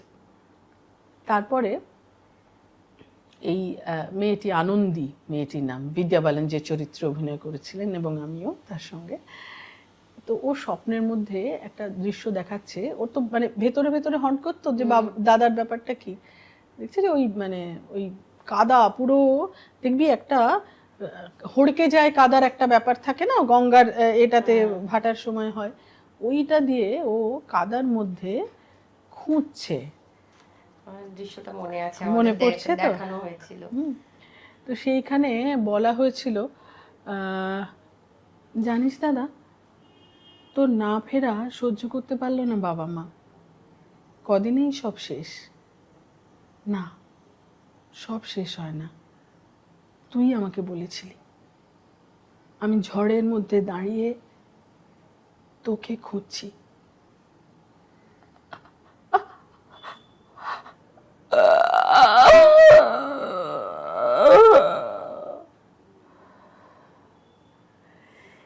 এই কান্নাটা কি হবে সেটা সবাই তখন ভাবছিলেন, কারণ এটা শুধু ওর অন্তরে হবে, সেটা গলায় হবে না। এরপরে ওর স্বপ্নটা মানে ওর ঘুমটা ভেঙে যায়।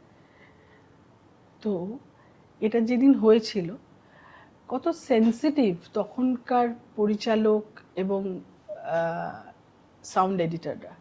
এই কান্নাটার পরে সেই দিন গৌতম দা, অনুপ দা কেউই আর কাজ করেননি, বলেন আজ এখানেই থাক।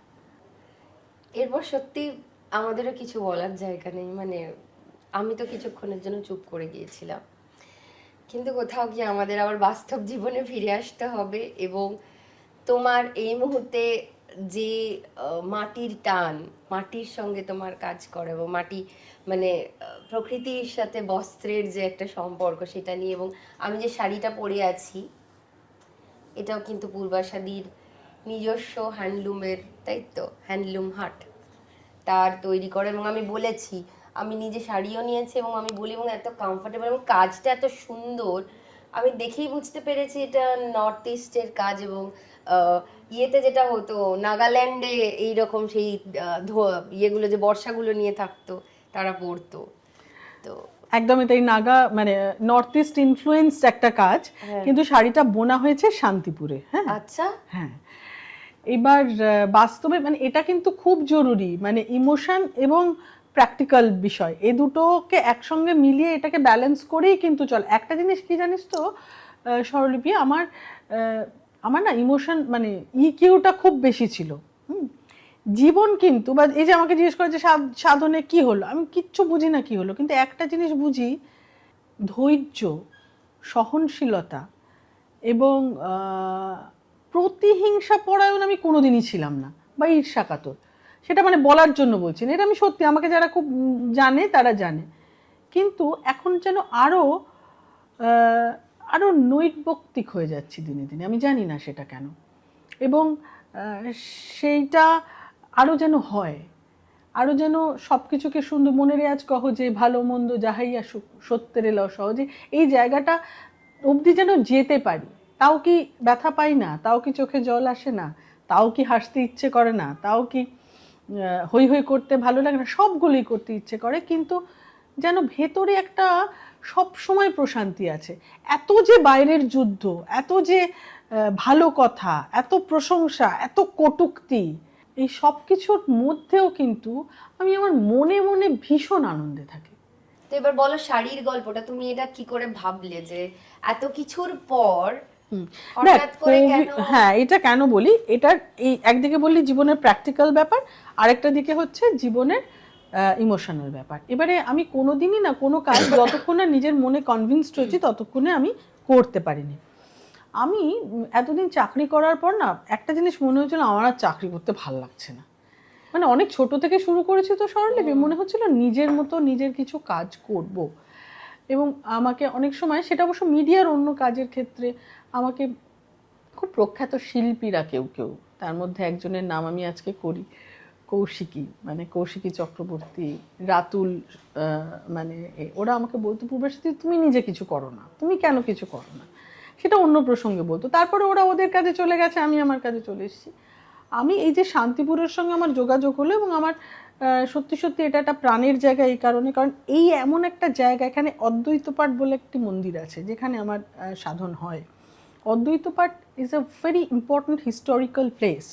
এখান থেকে মহাপ্রভু পুরী যাত্রা করেছিলেন, এখানে সচিমাতা এসে খাইয়েছিলেন, এবং এটা একমাত্র জায়গা যেখানে মহাপ্রভু, নিত্যানন্দ প্রভু এবং অদ্বৈত প্রভু তিনজন একসঙ্গে 10 দিন ছিলেন।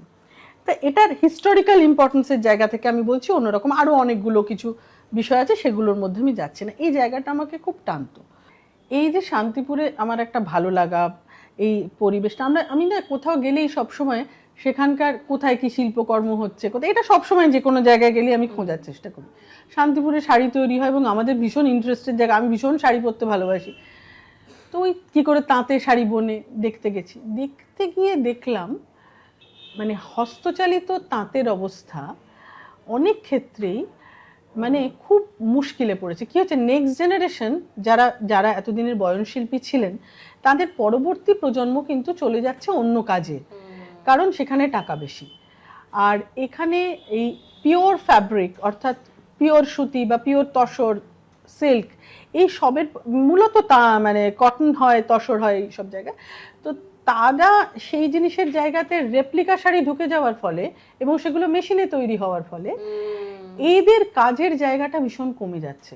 আমি কিছু এসে উদ্ধার করতে পারিনি, কিন্তু আমার মনে হয়েছিল এত চমৎকার এক একজন বয়ন শিল্পীর কাজ, সেটাকে আমরা না ওই শান্তিপুরিয়া শাড়ি আমার যেন মনে হয় ডিগ্রেড করা হচ্ছে। একে কেন আমরা বস্ত্রের সম্মান দেব না, কেন?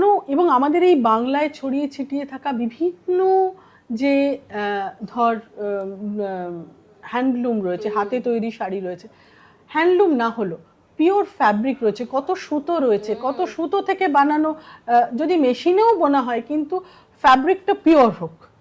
হ্যাঁ, এই জিনিসটা মানে এত প্রকৃতির সঙ্গে আমরা নৃশংসতা করেছি প্লাস্টিক বিছিয়ে, শাড়ির মধ্যেও মশারি দিয়ে বিক্রি করতে ইচ্ছে করলো না নাইলন দিয়ে। এবং এটা কেন তখন থেকে, এবং অনেক মোটিভ আছে, অনেক উইভিং আর্ট আছে যেগুলো শিল্পীর অভাবে হারিয়ে যাচ্ছে।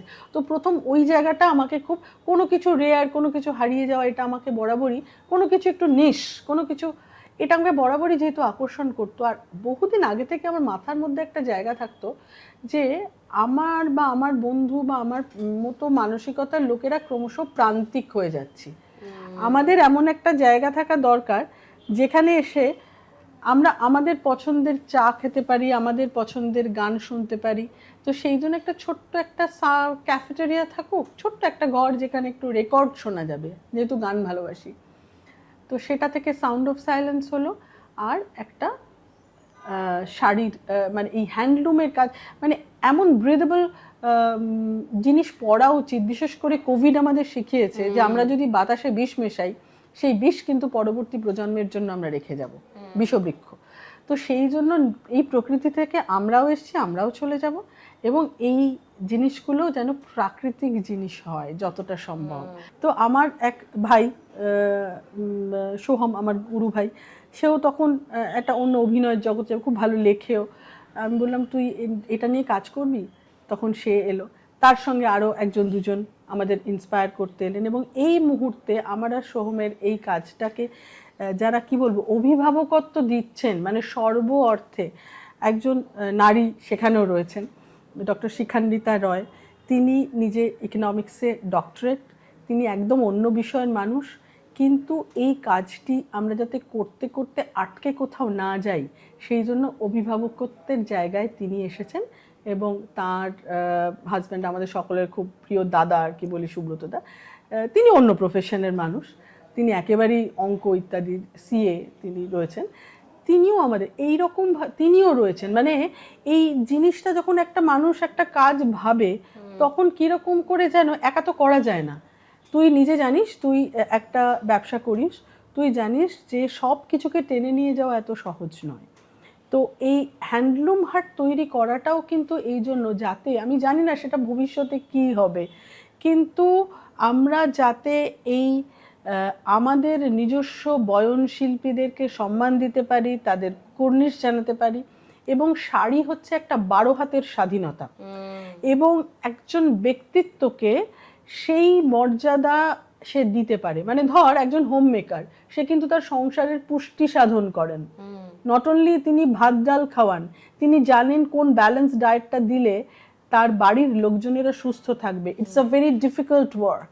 পূর্বাশাদি শাড়িগুলো এত সুন্দর দেখতে, মানে এই কাজটা তো দেখে নিশ্চয়ই বুঝতে পারছেন পূর্বাশাদি নিজেও বোধহয়। হ্যাঁ, এটা আমি পরেছি। আমি বলি, এই যে শাড়িটা পরেছি, এইটা না, এটা সম্পর্কে একটু বলি। এটা একদম পিওর তসর, তুই হাত দে।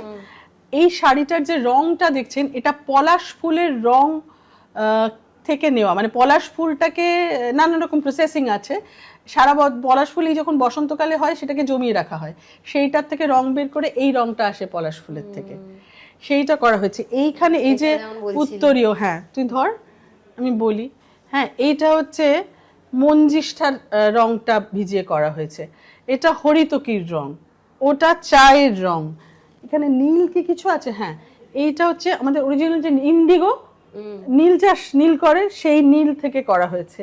এইটা হচ্ছে গাঁদা ফুলের রং, এবং সিজন অনুযায়ী এটা বদলায়।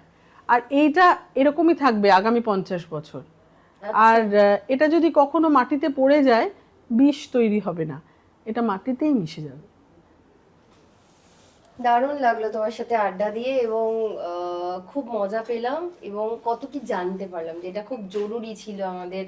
মানে এই কত কি বদলে যাচ্ছে, এবং বদলানোর পিছনেও যে কত মানুষ আছে তারা চাইছে যাতে বদলে না যাক, এবং যেটা বদলাচ্ছে সেটা যে টিকছে তা নয়, পুরোনোটাকেই কিন্তু আমরা শেষে গিয়ে আঁকড়ে ধরছি। এটা সব থেকে ইম্পর্টেন্ট জিনিস, যে আমরা কিন্তু পুরোনো জিনিসই পছন্দ করি এবং পুরোনোতেই ফিরতে চাই, যে কারণে তোমার যেটা চিরন্তন। আমাদের দেখ চড়ই বেতি চলতে কিন্তু হবে, কিন্তু চিরন্তন কখনো বদলায় না, এটা হচ্ছে মানে আমার বিশ্বাস। এটা হচ্ছে ঝটপট দ্রুত আগুনে ঝাঁপ, র্যাপিড ফায়ার রাউন্ড। সব বিনাশ করেছে। ছেড়ে আসা কোন খাবারকে তুমি মিস করো? এমন কোনো খাবার নেই যেটাকে আমি মিস করি। তাই? আমার সেই বোধটাই নেই, না। চাও কিছু মিস করো না? নাথিং। তার আগে সব খেতে? সব। আচ্ছা। মানে আমার ঠান্ডা লাগলে আমি গরম গরম পাঁঠার ঝোল খেতাম, এছাড়া আমি কিছু বুঝতামই না। I was a staunch non vegetarian. আমি শুধু মাছ ছাড়া কিচ্ছু খাও না? না, মাছটা এখনো ছাড়তে পারিনি, আমি ভীষণ ভালোবাসি মাছ খেতে। আচ্ছা, কখনো মা মেয়ের পছন্দের পোশাক নিয়ে লড়াই বাঁধে? হ্যাঁ, সেটা কি? সেটা হচ্ছে যে আমার মনে হয় যে রূপসালী সবসময় না ভীষণ এথনিক পোশাক পছন্দ করে। আমার মনে হয় ওর এমন একটা চেহারা, ওকে না সব পোশাকই ভাল লাগে। মানে ও ধর ও মাঝে মধ্যে একটু ওয়েস্টার্ন পরলে আমি আমি খুশি হই, মানে ভেরি রেয়ার ও পরতে চায় না। হ্যাঁ, আমি পরতাম আগে। ভাইয়ের সঙ্গে কি এখনো ঝগড়া হয়? প্রচন্ড তাই? ঝগড়া না, মানে মারপিট টাইপের হয় আর কি। তাই? সব সময় আমার পেছনে লাগে এখনো এসেও। হ্যাঁ, ঠিক সবকিছু। খুব লাকি যে তুমি ঝগড়া করার সুযোগ পাও। হ্যাঁ, ছোটবেলাতে যেমন মারপিট হতো, ও আমাকে মারতো আর আমি ওকে খিঁচে দিতাম, কারণ আমি জোর গায়ের জোর ওর সঙ্গে পারতাম না। আচ্ছা, মেয়ের জীবনে বিশেষ বন্ধু, মানে সেটা ছেলে মেয়ে যাই হোক না কেন, তার কোন বিশেষ গুণটা থাকা জরুরি সেটা তোমার মনে হয়? ঔদার্য, সততা ও ঔদার্য, মানে কুপমণ্ডক না হওয়া। বুঝতে পেরেছি। তোমার জীবনের বীজ মন্ত্র এমন কোন কবিতা? মনে রেয়াজ কহজে, ভালো মন্দ যাহাই আসো, সত্যের এলাও সহজে। এবার আমরা তোমার জন্য কিছু উপহার দেব, ছোট ছোট। ডেজের তরফ থেকে আছে 30% ডিসকাউন্ট ভাউচার। Thank you. প্রতিক্ষণের তরফ থেকে আছে 30% ডিসকাউন্ট ভাউচার। Thank you. লাস্ট রাদার পক্ষ থেকে আছে 30% ডিসকাউন্ট ভাউচার। Thank you. আমার তরফ থেকে আছে একটা 1000 টাকার ভাউচার। গ্রেট। ও স্টোর, সেলিমপুর আর বাঘাযতীনে ওদের স্টোর আছে, তার তরফ থেকে চশমার দোকান, তার তরফ থেকে আছে একটা 25% ডিসকাউন্ট ভাউচার। Thank you. বি বনির তরফ থেকে আছে 500 টাকা, বি বনি স্যালনের তরফ থেকে আছে একটা 500 টাকার ভাউচার, আর হাটারি গ্রিলসের তরফ থেকে আছে একটা 750 টাকার voucher. Great, thank you so much. অদ্ভুত আধার এক এসেছে এই পৃথিবীতে আজ, যারা অন্ধ সবচেয়ে বেশি আজ চোখে দেখে তারা, যাদের হৃদয়ে কোনো প্রেম নেই, প্রীতি নেই, করুণার আলোড়ন নেই। পৃথিবী অচল আজ তাদের সুপরামর্শ ছাড়া, যাদের গভীর আস্থা আছে আজও মানুষের প্রতি, এখনো যাদের কাছে স্বাভাবিক বলে মনে হয় মহৎ সত্য বা রীতি কিংবা শিল্প অথবা সাধনা, শকুন ও শেয়ালের খাদ্য আজ তাদের হৃদয়। জীবনানন্দ দিয়ে শেষ করলাম।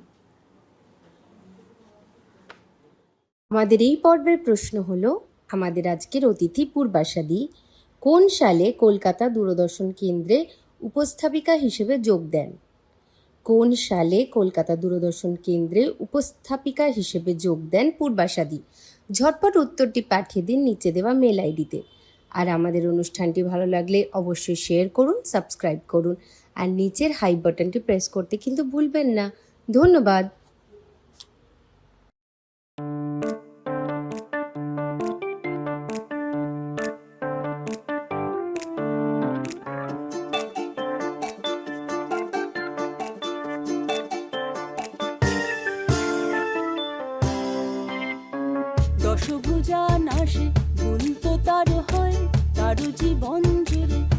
কারো পরাজয়, তবুও তার পথে থামার প্রথা নেই।